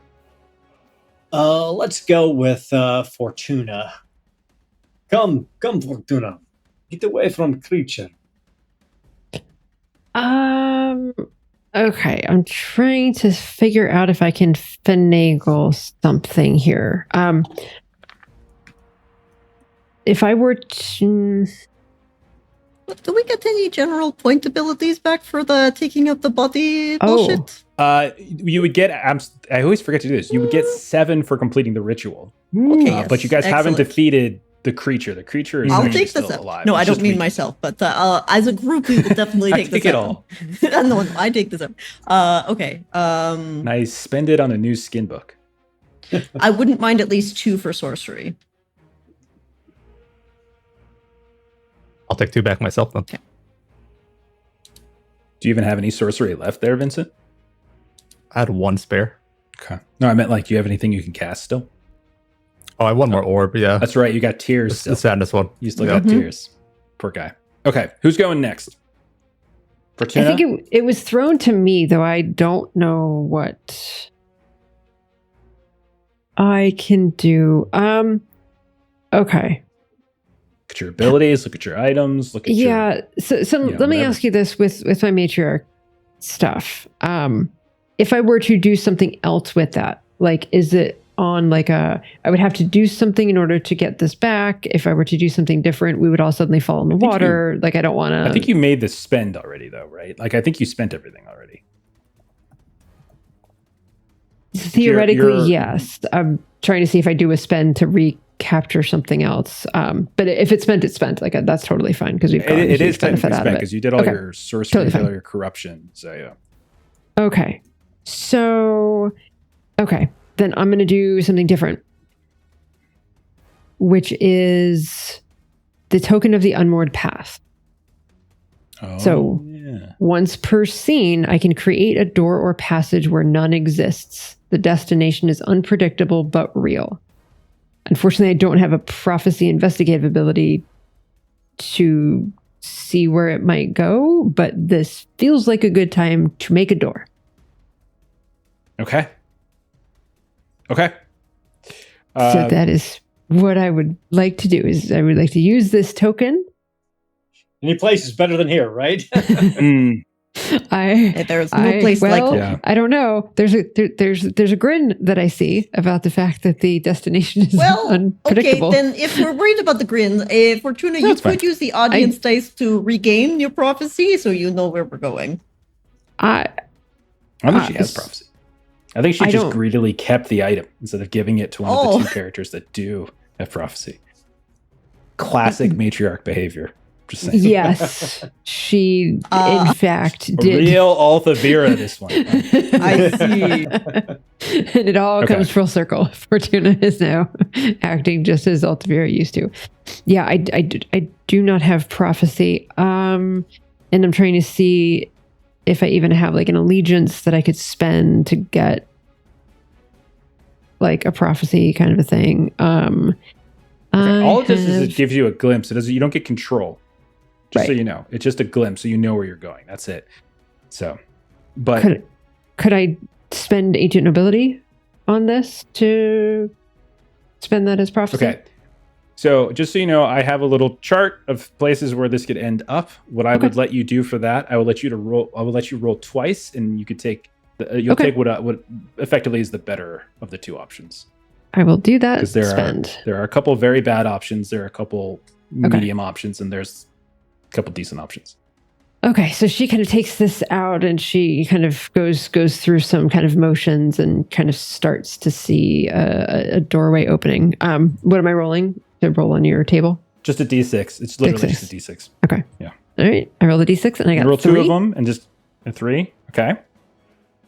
And 4. Okay.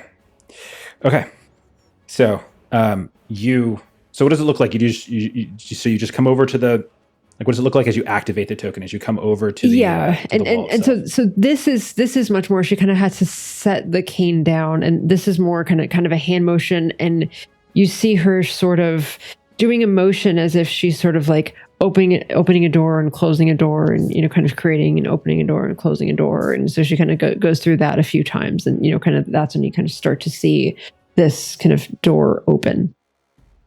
Okay. So the door is open, like you push the door open, and you can see it is extremely dark. Meaning the only light that's flooding into the area is from the light in here, and those are the things that you're carrying. A couple of these those orbs that have been left behind by Chugat to give light, and it kind of floods in. You see what looks like a series of like crates and storage and barrels and things like that, but there's nothing really to give away exactly anything more specific than that. It certainly seems like it's a storage of some kind.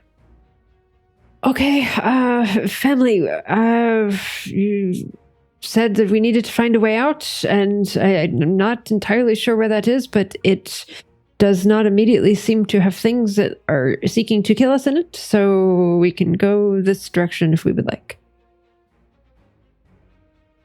I mean, Oh. crawling Get out out of of a here, then. crumbling ziggurat and fighting way through Cho'Gath sounds amazing, but a warehouse, I could live with that. Okay. So, Fortuna, do you step through? Yes, I do. Okay. As long as you step through and as long as you're still in the area and like the door doesn't like immediately close, but you step through, you're there.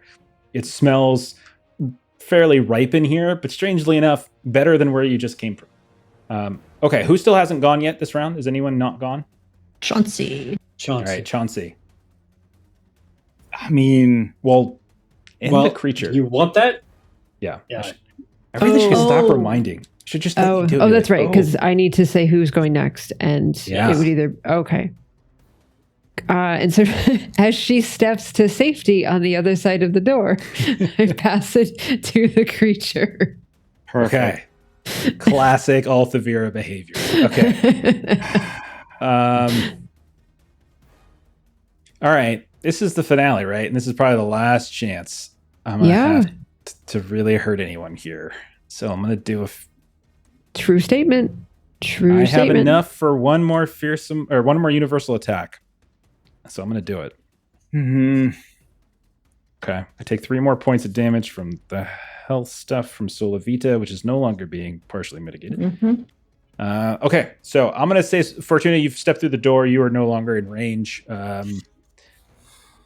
I'll say, Arkadiy, you ran out into the hall. You're no longer in the range. The 3 of you that are still in the room, I'm gonna hurt you. All right, let's start with Chauncey. Okay, Chauncey, that is a hit. okay, I'm not gonna say how big it is. I'm not gonna say how much. I'm just gonna say I know it's a hit though. Do you want to spend anything? that's fair. I do. I think I would really, really like to avoid this. Okay. Enough so that I might spend a little bit of luck because I really I want to get out of here so bad. Okay. So just spend a You point doing of dodge? the ridiculous luck to get a point or +3 towards my athletics check. Okay. Absolutely. And then so I'll roll my athletics and then we'll just know to add a +3 to the end of it. Gotcha. 10. 10 will beat. I rolled a 7, so 10 will beat that. Yep. Oh no! So bad. No! So you're running towards the door. One of these reaches out, and bravely snaps run down. away. Yeah. Okay. Vincent, you are still by the altar. One more shot. You know what? Go big. I'm gonna spend some malice to get a bonus in the hit. All right, that's a hit. Vincent, would you like to do anything to protect yourself here? Give myself some armor. I'll do liar's tale. I'll lie to myself to make myself believe it'll be okay. Very good. Very Chauncey. is Very valid, Chauncey. right? That's very Chauncey. Wow, Chauncey is literally rubbed off on Vincent. Okay, I like it. So that's armor, not threshold, right? So you're still gonna take damage. Thanks, buddy. All right, here we go. That is a total of 9 points of damage. Okay, I can take a 6. All right, you take 6.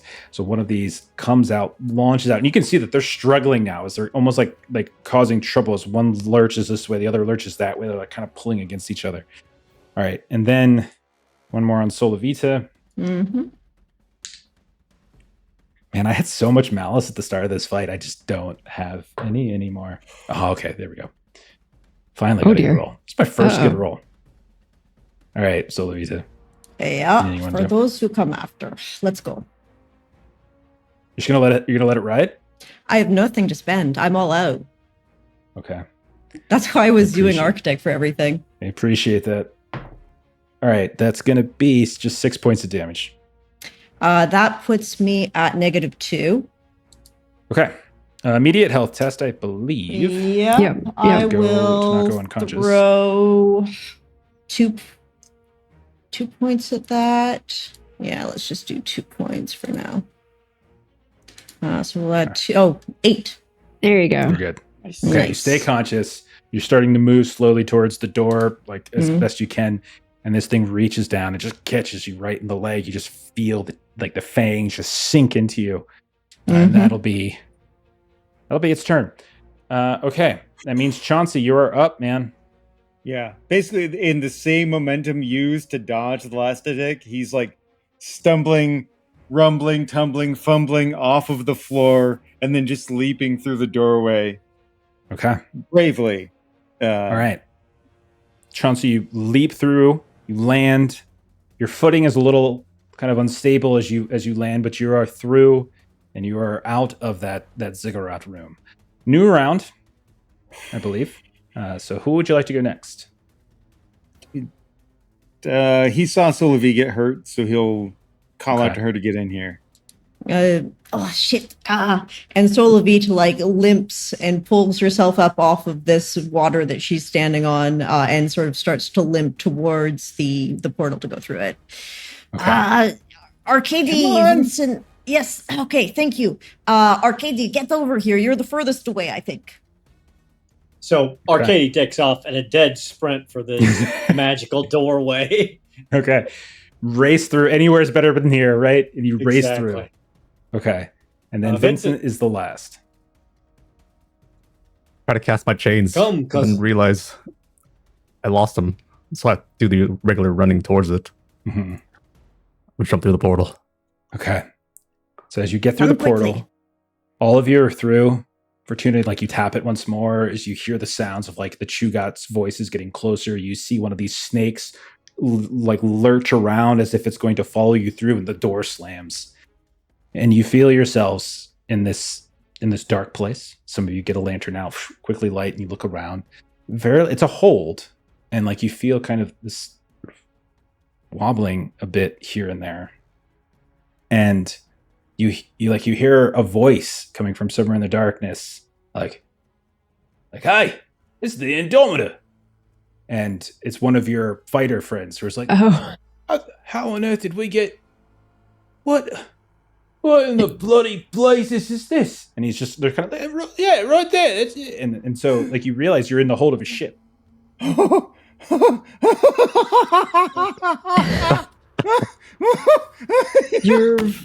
God. You are Magic welcome. does not have to be bad. It's how you use it. It's normally the worst, but right now, thank you for not very making well it done, suck so Fortuna. bad. It's good you make Matriarch, yes. Unbelievable. Vincent, excellent. You made quick work of that. You've given so much of yourself to the family. I noticed, niece, you gave up your most precious possession that you've been reading since you didn't even realize what the book was made of.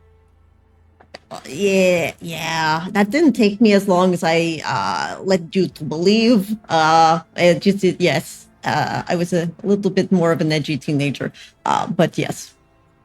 A small price to play. Yes. For our future.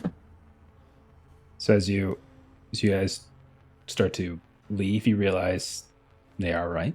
You are, in fact, on the Indomita. You receive a series of surprised and very confused looks by all of the various crew members and the captain, Solano himself. Like, all of these people coming and watching you come up from the hold, going past the mess. You see the cook who's kind of cleavering something right there. You get up to the deck and you look around. And then they've been on the river, like awaiting your return. And you can see the sky itself has started to go dark. It's like you arrived, you proceeded basically at dusk, right as night was descending, and you can see the night has come, and as dark as can be out on the horizon. And as far as you can tell, nothing has followed you. They have no idea how to get here to begin with. Like the ship itself seems to be in perfectly fine condition. Like Captain Solano will come up and to you, Fortuna, and like. Is everything in order, Matriarch? We have... my family has accomplished what they set out to do here, so I do believe we can return. Thank you for your patience and waiting, and apologies for the surprise entrance, but we can make our return trip. Okay. Is anybody looking to do anything before that return trip commences? Pass out somewhere. Okay. I Just might- see Solovita collapse. I might take Yeah. I might take one of the refresh tokens so that I can do some bind wounds on my niece to get her back up over 0. Okay. We see a series of patching up. We see Chauncey's former cook friend, now medic, comes over to lend a hand, starts stitching things, even if you don't ask. Just starts randomly stitching. Like, that looks like trouble. And then it's, just helping out. Anyone else doing anything on the ship? Arkadiy swamp just as we cannot sail away. believe that we all survived. He just sits down. He's like, "This is no. Let us just go back. This isn't. I have no words." Chauncey's gonna find whatever stock of grog or other spirits are aboard, and anybody who's wanting to share some imbibements and just be grateful to be alive. That is what he's doing.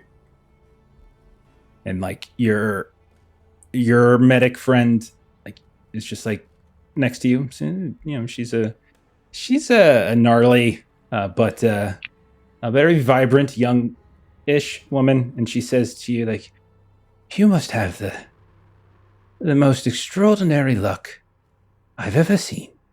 Oh, yes, it is. I'm gonna see my wife.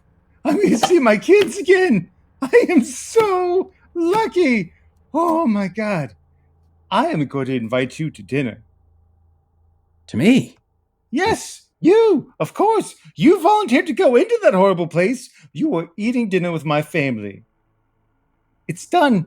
It's written. It's sealed. I accept. You sure your wife won't be upset with that? You're coming home from a trip with a random woman? I think she will be understanding.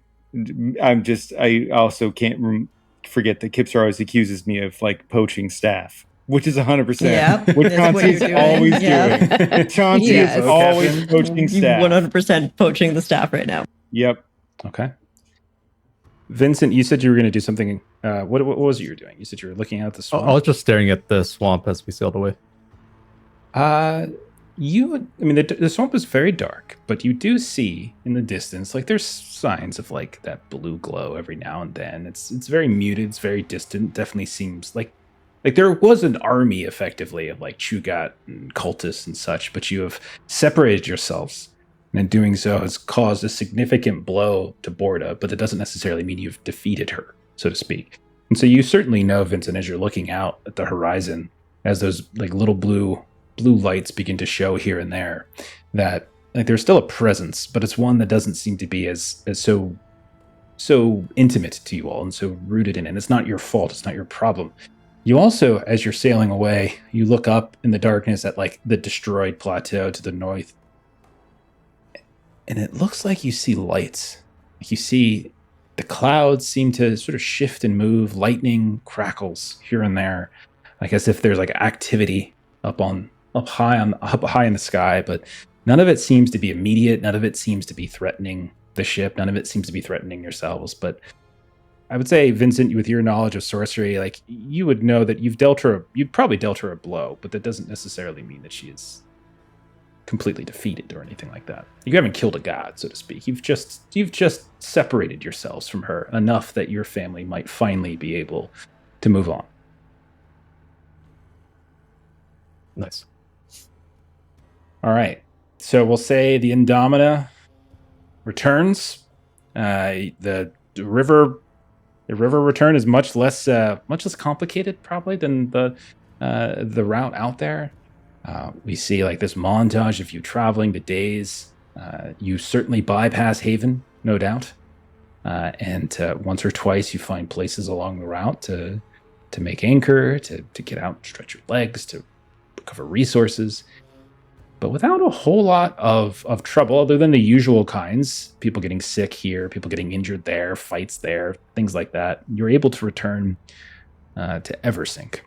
And again, the whole way, like none of you feel that voice any longer. Fortuna, you realize that your powers don't seem to work any longer. Your the next morning you wake up and you feel that affinity for the swamp seems to has abandoned you, considering it's was gifted to you by Borda herself. It makes perfect sense.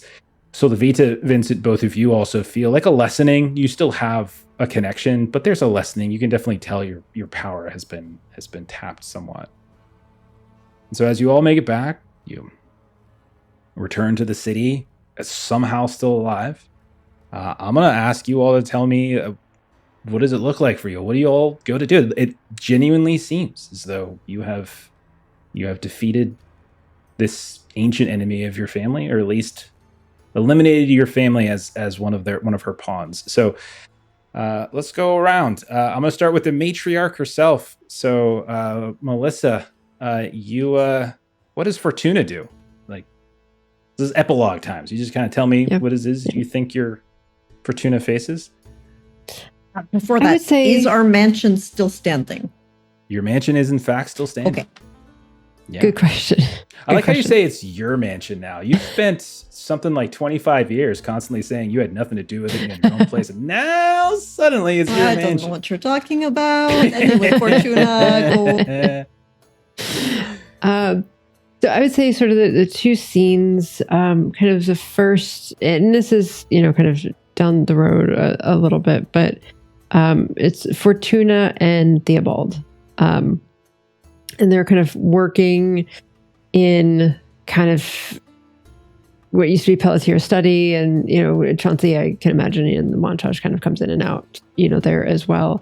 But really you get the vibe in this scene, kind of watching it from afar, that maybe there's a little bit of hopefulness in kind of what we can do with the finances of the family, and maybe we're starting to make some wise choices along the way. So just kind of seeing a little bit of relief kind of in watching that scene a little bit from afar. And then I would say the second scene is that it's a celebration of something has happened within the family. Maybe it's a wedding of some of the extended cousins or different things like that. Randy? Sure. I will yes and the heck out of that.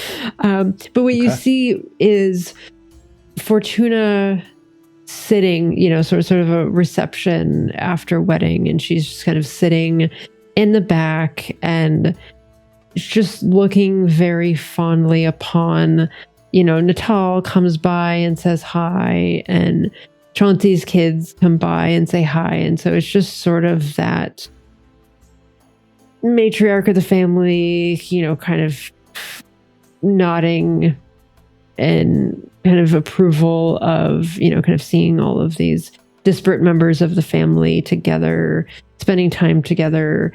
The ceremony is, something that will be talked about around Eversink. And so it just sort of closing out for her, kind of just on that, surrounded by family, getting time with the younger generations, and the kind of closest that you see to kind of a grin on Fortuna's grumpy, just ate a lemon face.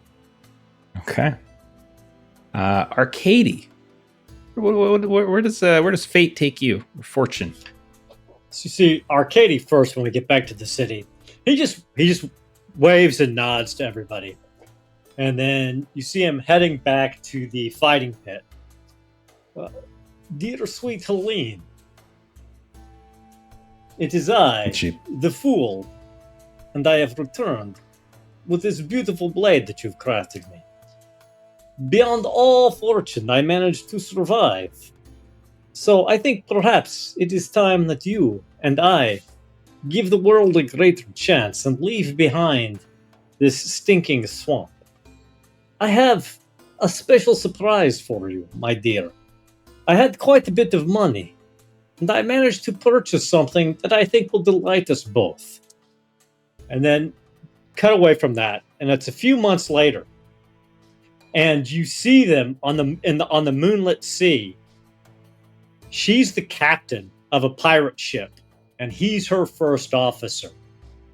And they've moved to and become become pirate captains of men. And you see him, that's it. Take down that merchant ship, yes. No, yes, I know. I'm almost guaranteed to have some men walling gold on it. But they owe me quite a bit, so take her.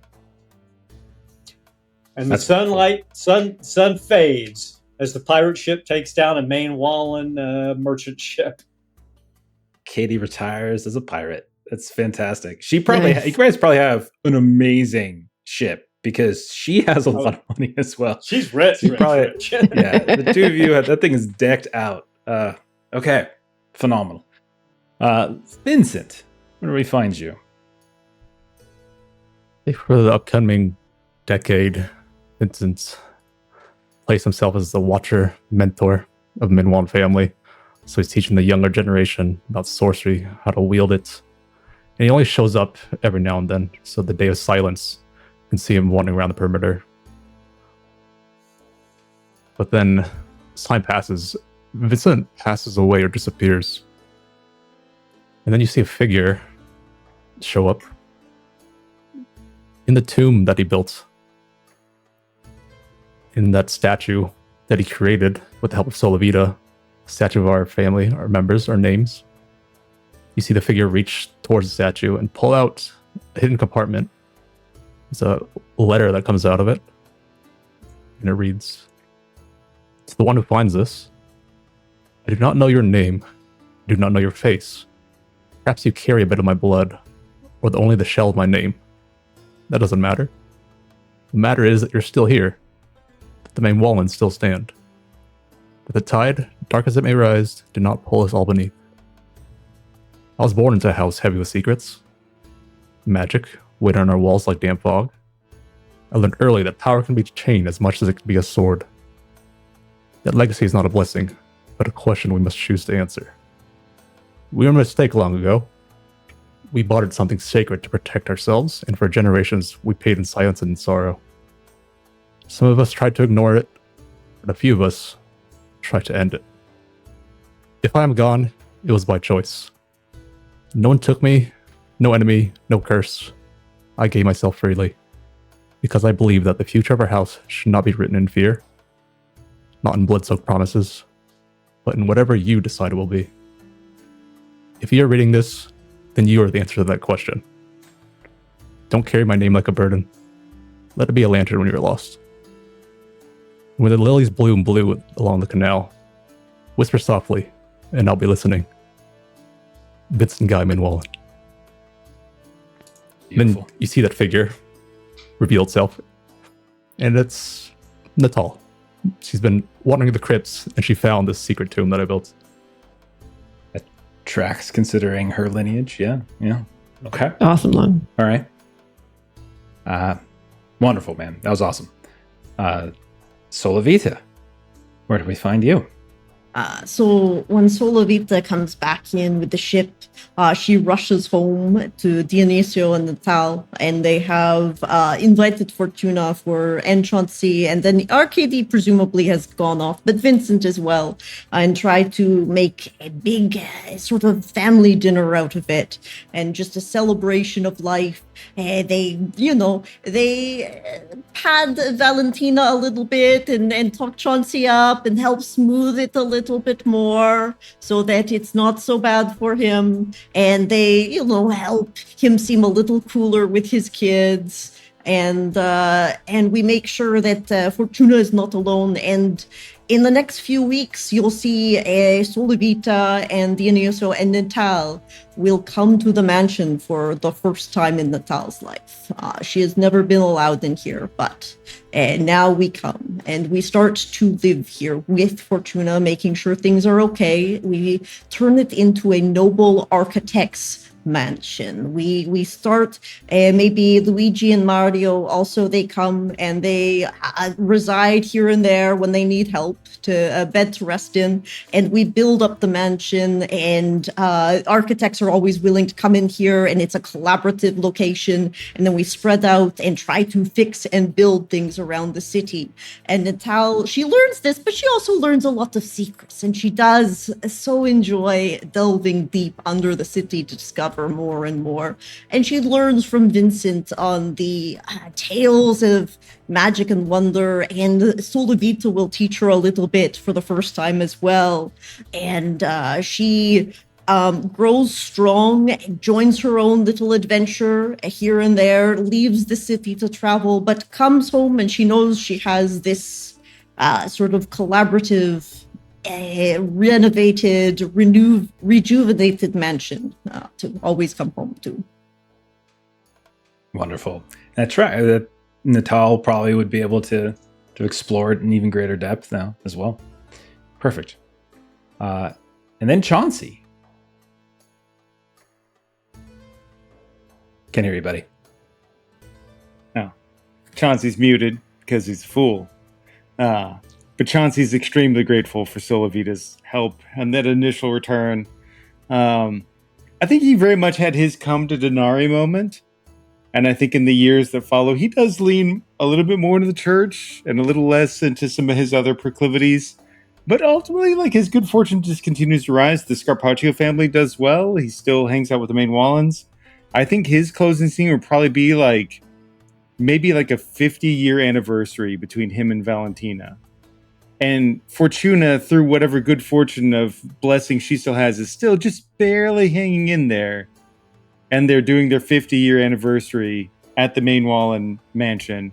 And there's just a gaggle of grandkids. She always complained that none of the kids ever came to see her.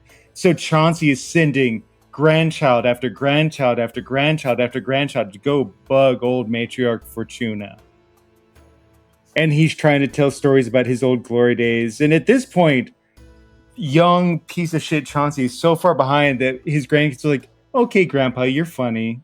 You're so silly. None of them will even believe any of the nonsense that he tries to spin. And then basically it will just end with, him kind of like raising the glass. I wasted a great bit of my youth with a hole in my heart that I tried to fill with a search for glory and recognition and something to make me feel fulfilled. But all I needed was for somebody to like accept me and to love me and to embrace me. And I had family, but I never really felt family until I had you, Fortuny, because you loved me for who I were and you made me a better man. It is you who made me the luckiest man in the world. And I am so grateful for every moment of this life. Thank you. Reconciliation, like you guys have reconciled 50 years of marriage. So yeah. Okay. So we end on that beautiful like 50th anniversary party, and like if this were a movie, the credits would roll or something, and then if this were a Marvel movie, suddenly the credits would stop, and we fade in on one of Chauncey's many servants. Lionella, I believe, is the name of your housekeeper. Is that fair? Okay, I believe that's who you called her. That's what you called her. And we see her, maybe it's the day of your 50th anniversary. Maybe not. But we see her kind of moving about, cleaning. We can see she has all of these big dresses and some of your finery, and she's bringing them like up into your room and putting them in. And Chauncey's not really anywhere. We're just following your housekeeper, and she's like humming and whistling, and she's hanging a few things up and organizing stuff in the closet. And as she goes to hang what looks like this beautiful snakeskin suit, she slips. We see her hand just push against this panel in the back of the closet, and the panel door just opens, and she just almost stumbles into it, and you can see she falls down. She gets up and she kind of dusts herself off, and she like rushes back out and grabs like a lantern and puts a light on, and she starts looking around as she has found some strange compartment in Chauncey's home. And looking around, she's just sort of examining the stacks of crates and barrels. She can see these like almost those racks of clothes that you would see for stage performers that are almost on wheels or ropes here and there. But it's not normal clothes. It's not just like beautiful gowns. It's a city watch uniform. it's a Maywallen servant's outfit. It's a Bonaventure servant's outfit. It's one after the other. It's a gown that looks much like the uniforms the tenders of the necropolis wear. And she's looking at it. This was great, sir. She finds what looks like a large crate, and she dusts it off, and this at one point was probably a beautiful lacquered box, but it looks like it hasn't been touched in years. And she pushes it open, and inside we can see all of these different like prosthetics. We can see these chunks of almost like fake flesh here and there. You can tell she's quite uncertain. And then right next to it, there's an even larger cabinet, like this beautiful cabinet with all this lacquered oil. But again, everything's covered and coated in dust. And she opens it up, and we can see all these tinctures and tonics, not unlike when we looked into Pelletier's, dear Pelletier, who has long since passed away.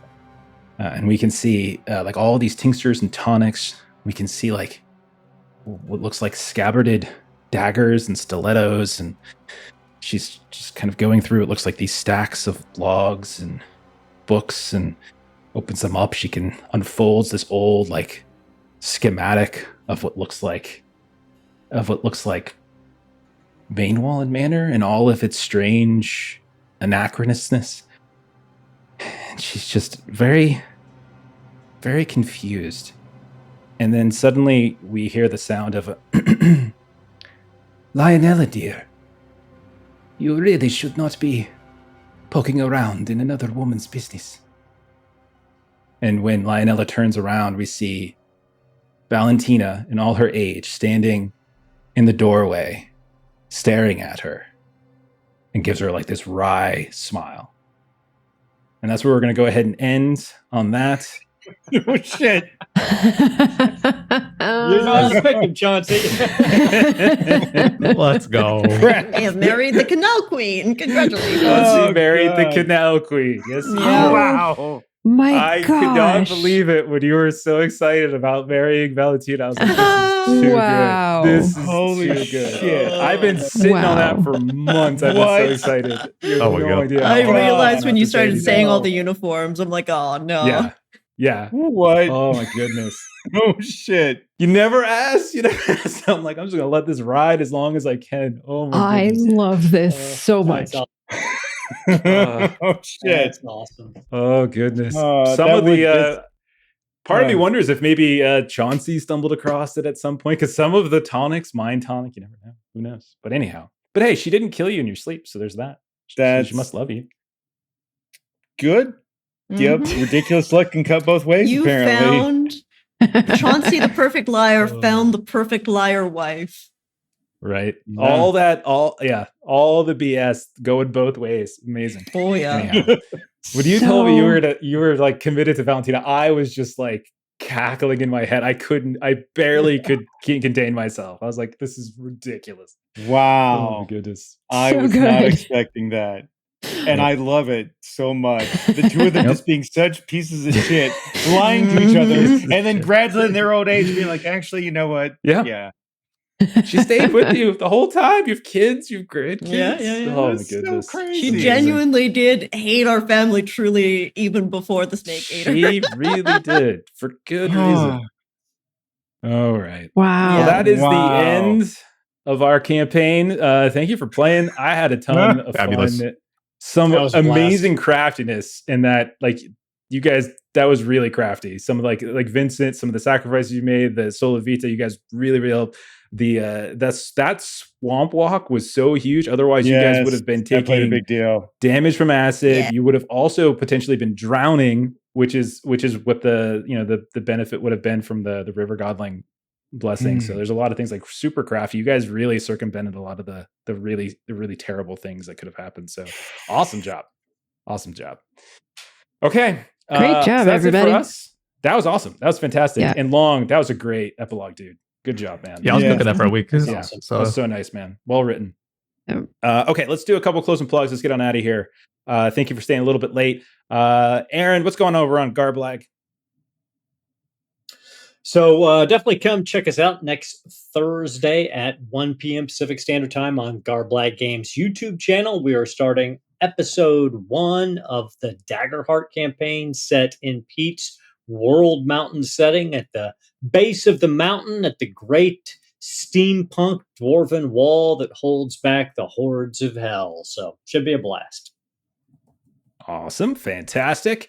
Okay, as for us, let's start with old Huckleberry here, Huckleberry RPG. You can find out more about it at huckleberryrpg.com. You can hop into our Discord. You can ask our dear friend Steven, the author and creator of this game, all sorts of questions. Big update just dropped last week. So lots of new things in the early access, the quick draw edition, and in a couple months it's going to be up on BackerKit. And if you want your own fancy, awesome new expanded copy of all these good things, you can do so. So that'd be awesome if you check that out. Streaming wise, next up we haven't. I think we're finaleing tomorrow night as well. Is that correct? That is a fact. Yep. Here? Yeah. Finale so of finale of Dragon Pain. Absolutely. And so we'll do another one there. And then Saturday we've got Ethiopia, or no, not Ethiopia. We've left Ethiopia in Call of Cthulhu, and we are moving on to a new location. So we're starting up a new location. Monday we've got some Time Watch. Tuesday we're still off, but we will be back the following Tuesday as we will start up. Well, what are we starting up? Hardwired Island, an Australian studio called Weird Age, I want to say, wrote it and created it in the early 2020-ish. And so we're going back to the retro future era of 2020 in an alternate reality where we'll still be playing millennials. Awesome. Most of that statement was really awesome. That millennial thing. We'll see. And then what we're gonna be doing here on Thursday. So next week we're gonna do a Session 0 for our next game, which is gonna be Legend in the Mist by Son of Oaks Game Studios. So if you're familiar with Otherscape, if you're familiar with City of Mist, same studio. It's their fantasy version of their new Mist engine. So we're gonna do our Session 0. We're gonna make some characters, do some world building, and then we're gonna take a little break so I can prep some stuff based upon that world building. But next Thursday, come hang out with us, see what the new game's a little bit about. No real play, just creation. And we're just going to kind of relax and have a little fun with that. But that's it for us. I'm going to go ahead and put us on the end screen. I'm going to raid on over to Dork Tales. So thank you to everyone who was watching this. Thank you for watching this. If you watched the whole campaign, we really, really appreciate that. That's very kind of you. But that's it for us. Thank you, everybody. Have a great rest of your night. We'll see y'all later. Bye-bye. See you next one. Arrivederci.